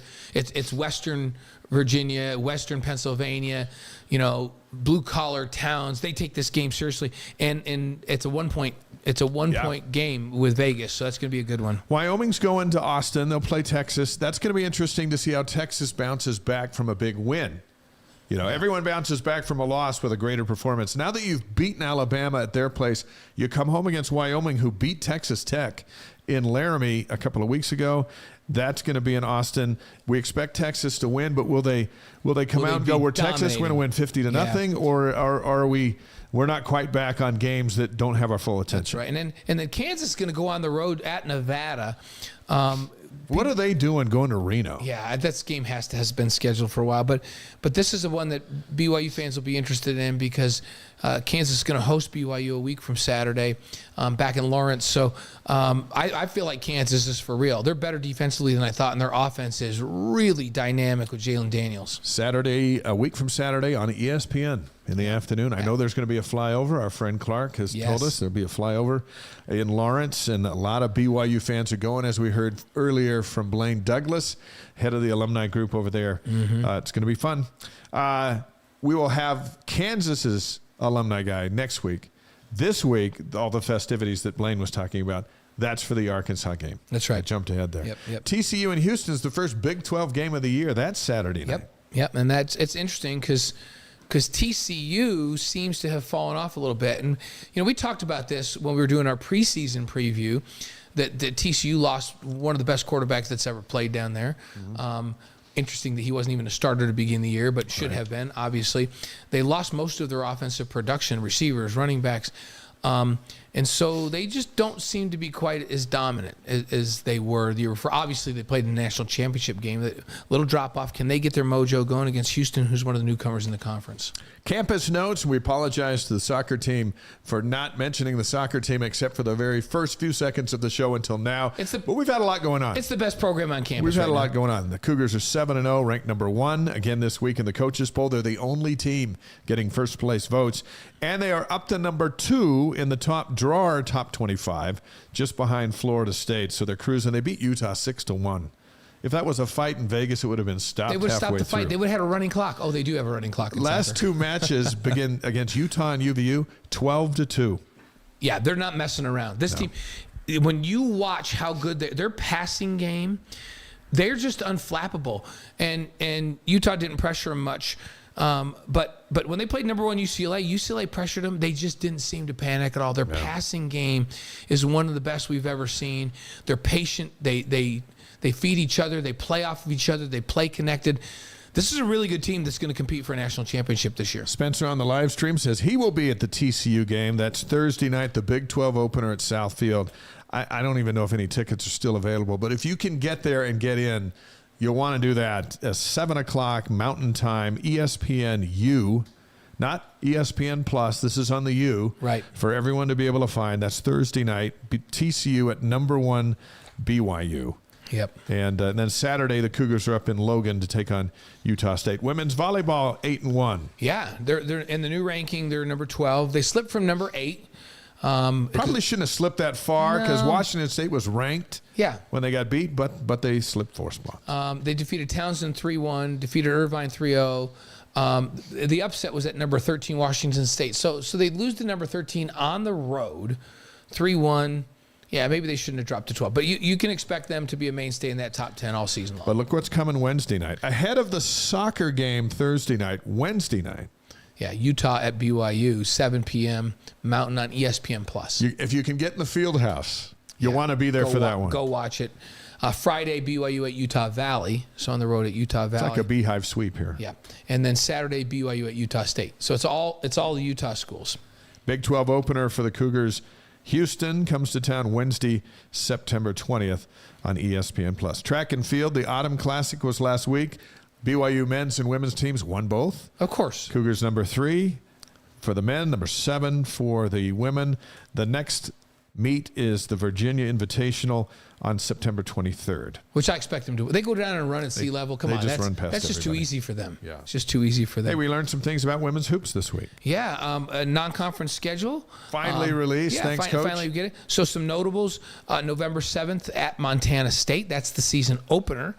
And then November 10th, Weber State, home opener. Then they're going to go over to Laie, Hawaii. But anytime you can schedule games in Hawaii, you should do that. They're going to play Wake Forest on the 18th and St. Louis on the 21st, right there on the BYU Hawaii campus. ACC Atlantic 10. And then December 2nd at Utah. December 9th, Boise State at home. And then the Big 12 schedule is still to be announced. Now, Amber's been on the show and told us, yeah, I know who we play. But she won't tell us. No, she's good at waiting. She's good at keeping secrets. We're waiting on the league. BYU's in another top 20 poll. The Wall Street Journal ranks BYU number 20 on its best colleges in the United States list. Yeah, how about that? They ranked the top 400 schools. Princeton's number 1, BYU's number 20. Yeah, that's fantastic. And the survey rated colleges based on salary impact, graduation rates, learning opportunities, career preparation, diversity, average net price, and value added to graduate salary. Throw all that in there, and you come up with a formula. Other Utah schools, the Utes are number 43, Weber State 267, Utah Valley 278, and Utah State 293. That's the Wall Street Journal. Best colleges in the United States list, BYU number 20. And if we get a big center, I think we can get into the top 15. There you go. Cougars in the NFL. What a start by Puka Nacua. My goodness, 10 receptions. And he had a couple of balls that he had a chance. He could have had 12 in that game. I'm not knocking him because he was phenomenal in this game. 10 for 119 versus the Seahawks. He's the fourth player in NFL history to have 10 receptions and a 100-yard receiving game in their first career game. You know, and Cooper Kupp's out for a few more games. Puka Nacua is the target. I picked him up on my fantasy team. Have you ever doubted him? No. No, we knew he was going to be great. I only wondered if he'd survive health-wise because he didn't stay real never healthy yeah. in college, Washington or here. Right. But he made it through camp. He's made it through the preseason. Got knocked around Saturday. Yep. He'll be their target again this week. Tyler Algier rushed 15 times for 75 yards and 2 touchdowns against the Panthers. All my fears did not come to pass. He was not replaced by the new guy. The new guy got some stuff too, but Tyler got the rock when it mattered. And Yep. I was looking for that too. Yep. Fred Warner, 8 tackles. That's just normal day. He destroyed the Steelers. That's just a normal day for the best linebacker in the National Football League, Fred Warner. And then Zach Wilson. Hey, he's on the list. Yeah, 14 of 21. He had the 1 interception, 140 yards, a touchdown, in a 22-16 overtime win against the Bills. Nice job. It's been like every time I walk by television today and ESPN's on, they're talking about it. Yeah. Talking about the Aaron Rodgers thing, Zach Wilson, what's it going to mean? So he's back in the limelight. Chance to be one of the great comeback stories, Yeah. which is unfair because he shouldn't be a comeback story in his 3rd year in the NFL. No. But they gave up on him, and now he's back. And now he's got some better players around him that John Beck talked about. And we'll see. And they're good on man, defense. They're good on defense. But he's got the Cowboys He's got this Murderers Row coming up. So here's the schedule for the Cougars this week. yeah, Thursday, Vikings. Jaron Hall and Kairos Tonga against the Eagles. You'll see Tonga. You shouldn't see Hall. Yeah, Hall's got a good gig going behind Kirk Cousins. Sunday, the Chiefs and Andy Reid against the Jags. Reid going for win number 270 to tie for number 4 all time. He was going for it last week and they Thought he was going to get it. I Yeah. thought they'd beat the Lions. Yep. But you know what? The Lions are tough. The Lions blew it by not re-signing Jamal. That's right. But they are tough. They blew it. Also Sunday, Michael Davis, who had a good game the other day. The Chargers take on the Titans. Yeah, the Packers and the Falcons. Tyler Algier, who is just as much a feature as he was before. Now they got a 1-2 punch at running back. Colts and Blake Freeland take on the Texans. How about this matchup? Yeah, the Niners and Fred Warner against the Rams and Puka Nacua. There's a chance Fred Warner is going to hit that's Puka one of the Nacua. games. That's one of the games I've circled. Yeah, I want to watch that game. If I'm Puka, there's one guy I avoid not- other. do Never not run mind a crossing route by Bosa. Fred. He can do that, but do not. Yeah. Just say hi to Fred before and after, not during. Yeah, we've already outlined the fact that the Jets and the Cowboys match up this week. 2 of the best defenses in the game. Zach Wilson, the against Dak. starter. Yep. The Commanders and Dax Milne, although Dax is on the injured reserve right now. I don't know what's wrong with him. I don't know what happened. Against the Broncos this week. So. Chris Brooks and the Dolphins against the Patriots on Sunday Night Football. And then Monday night this week is the Saints with Taysom and Jamal against the Panthers and Brady Christensen. I'm curious to see that one. The Saints squeaked out a win. They didn't use Taysom very much. That's right. You got to figure against the Panthers they will. They're going to have to. And then the Browns with Sione Takitaki against the Steelers also on Monday night. Who doesn't love a doubleheader on Monday night? I love a doubleheader any night of the week when it's football. All right, a couple of on this days, and then Caleb Chapman's going to play Rise and Shout on his saxophone. And then we'll be out. Because they won, and Rise and Shout will all be out. And with all that we got going on, we're still going to close it out right around 8 o'clock, which is 10 o'clock Eastern time, because we know that New Yorkers Amber's got to go to bed. Yep. Tomorrow's a new day. And sometimes, and you guys don't even know that are on the chat and that are listening. Sometimes everything doesn't go exactly as we planned it. It didn't tonight, but we just did it. We just rolled with the We punches. didn't do things in the order we were going to do them in, but we just did it. So thanks for your patience, and the live stream's just been humming all night, which is great. We appreciate you. So 1959, on this day, September 12th of 1959, Bonanza premieres on NBC. I grew up watching Bonanza. Not Cartwrights, 1959. Hoss, they were Joe. still on the air in the 70s. Yep. That was great. 1966, The Monkees premiered on NBC. Hey, we're the Monkees. Walking down the street. Yep, you know that. 1970, Phyllis George crowned Miss America. She then eventually got on with the NFL Today with Brent Musburger, Irv Cross, and Jimmy the Greek, and they made television magic. Yeah, and how about in 1976? The Seahawks make their entrance into the NFL. They play their first regular season game against St. Louis, and they lose 30-24. 1978, Taxi premieres on ABC. I never really got into it, that show. It was big, though. But the dude from Taxi was the guy from Back to the Future. Yeah. And then in 1981, the Smurfs cartoon debuts in North America. I did see that one. 1988, the Cardinals play their first NFL game in Phoenix. Remember, they were the St. Louis Cardinals. Then they went to Phoenix, and Dallas beat them on their first When night. Vi played for them, Elder Sikahema, what do I call him? Well, it just depends. So if we're just talking about him as a football player, we're just calling him Vi. Yeah. Okay, so Vi Sikahema, when he was with the Cardinals, they were in St. Louis, not in Phoenix. Right. Yeah, so. Right, he's old school. Yep. 2004. The Lions beat the Bears 20-16 at Soldier Field to snap their NFL record 24-game road losing streak. 24 games they lost in a row. That's not fun. And the Lions, that's part of their legacy, but they're good now. Birthdays on this day, September 12th, Henry Hudson, born in 1565. He was an explorer, and when you hear the Hudson River back in New York, think of Henry. Snapped after Henry. 1913, Jesse Owens, 4 gold medals at the 1936 Olympics. 1944, Barry White. He was the singer that had the low voice. Yeah, that's right. And then in 1981, Jennifer Hudson, the great singer, Broadway star and singer, Jennifer Hudson in 1981. Hey, let's not forget, too, September 14th is a big day. It's Brenda's birthday on Thursday, so let's not forget that. That's right. I'm glad you remember that. Yep. So Johnny Cash was also born on this day. I don't have the year, but we do have the quote. Our Wise Guy's inspirational quote of the week is Johnny Cash. Yep, Johnny Cash. You build on failure. You use it as a stepping stone.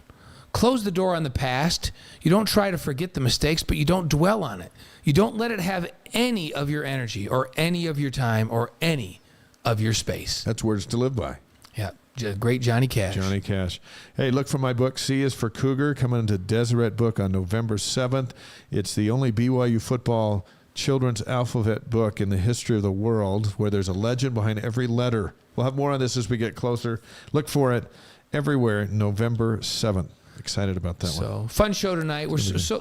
Congratulations again to Dave Rose on Monday, who will be inducted into the Utah Sports Hall of Fame. I loved our visit with him. Yep. So fun to have Dave on. He's feeling a little bit better. And he looked good. And it's just like, as he mentioned, hundreds and hundreds and hundreds of times you and I and Dave got together before a basketball game and talked. And he said, for the record, that he missed that. Even though at times we're like, hey, Coach, we need to sit down with you. We're doing this game. I know you don't want to be here. And then sometimes we just go, you know what? Let's not even talk about basketball. Yeah, we would just talk about life. We got to help him off the ledge. So make sure you get Dave's book. Hey, Spencer McMillan says that one of the times I need a singing sign off, I'll have to bring the guitar in and actually do a real number to sign off. Let's do it the holidays and bring Libby in. Well, I'll bring Libby in and we'll do have a sing-along. She and I will do a duet, and then, but now our sign off is tradition already. The show's only a year or so old, and we have a tradition when BYU wins of our sign off. Caleb Chapman of the Caleb Chapman Soundhouse, one of the great musical educators in Utah Valley. They got their new place now over in Pleasant Grove, where they teach kids how to play and be outstanding singers. Well, he plays a mean saxophone, and when the Cougars win, we play Rise and Shout with Caleb Chapman. And here it is. There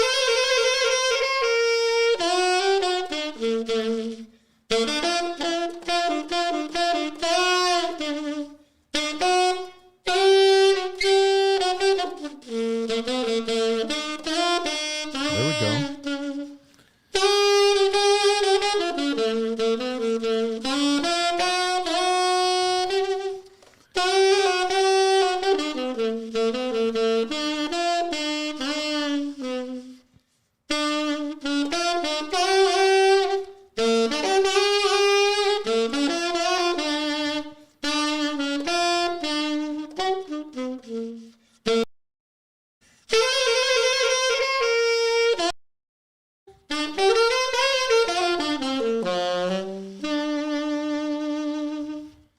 At the end. Podcast will be up tomorrow. Share it with your friends. Remember to like us, subscribe on YouTube, Twitch, and Facebook. It's all free. Sign up for our newsletter. That'll come to you. Get highlights from this show. And I don't know how Jack's going to do the highlights this time. There's so many things. Yeah, lots of great stuff on this show. We thank John Beck, Dave Rose, and Blaine Douglas. BYU's never played in a Big 12 football game, and the radio analyst for the Kansas Jayhawks, David Lawrence, will be among our guests next week. We'll get the Jayhawks take on the Cougars coming to town. There you go. The big time is here. BYU, Arkansas, Saturday. Blaine and I will both see you on game day, Saturday afternoon at 3:30 Mountain Time, 5:30 Eastern. 2 hours of pregame prep before the Cougs and Razorbacks. And as like we said today on After Further Review, along with David Nixon, we think BYU is going to win this game. Yeah, I think they match up, and I don't think that Arkansas is going to score at will like they did last year, and I think BYU matches up better with the defensive style they have to play against Arkansas. Can you imagine the Cougs come home 3-0, heading to the Big 12 opener? And remember, 6 gets you to a bowl game, and more than 6 gets you to a really good bowl game. That's right. And that's what they're chasing. Awesome. Thank you for being with us. Tell all your friends again. We'll see you all next week for more Wise Guys. Blaine Fowler, Dave McCann, and our crew here. Let's go get one in the SEC. Go get it.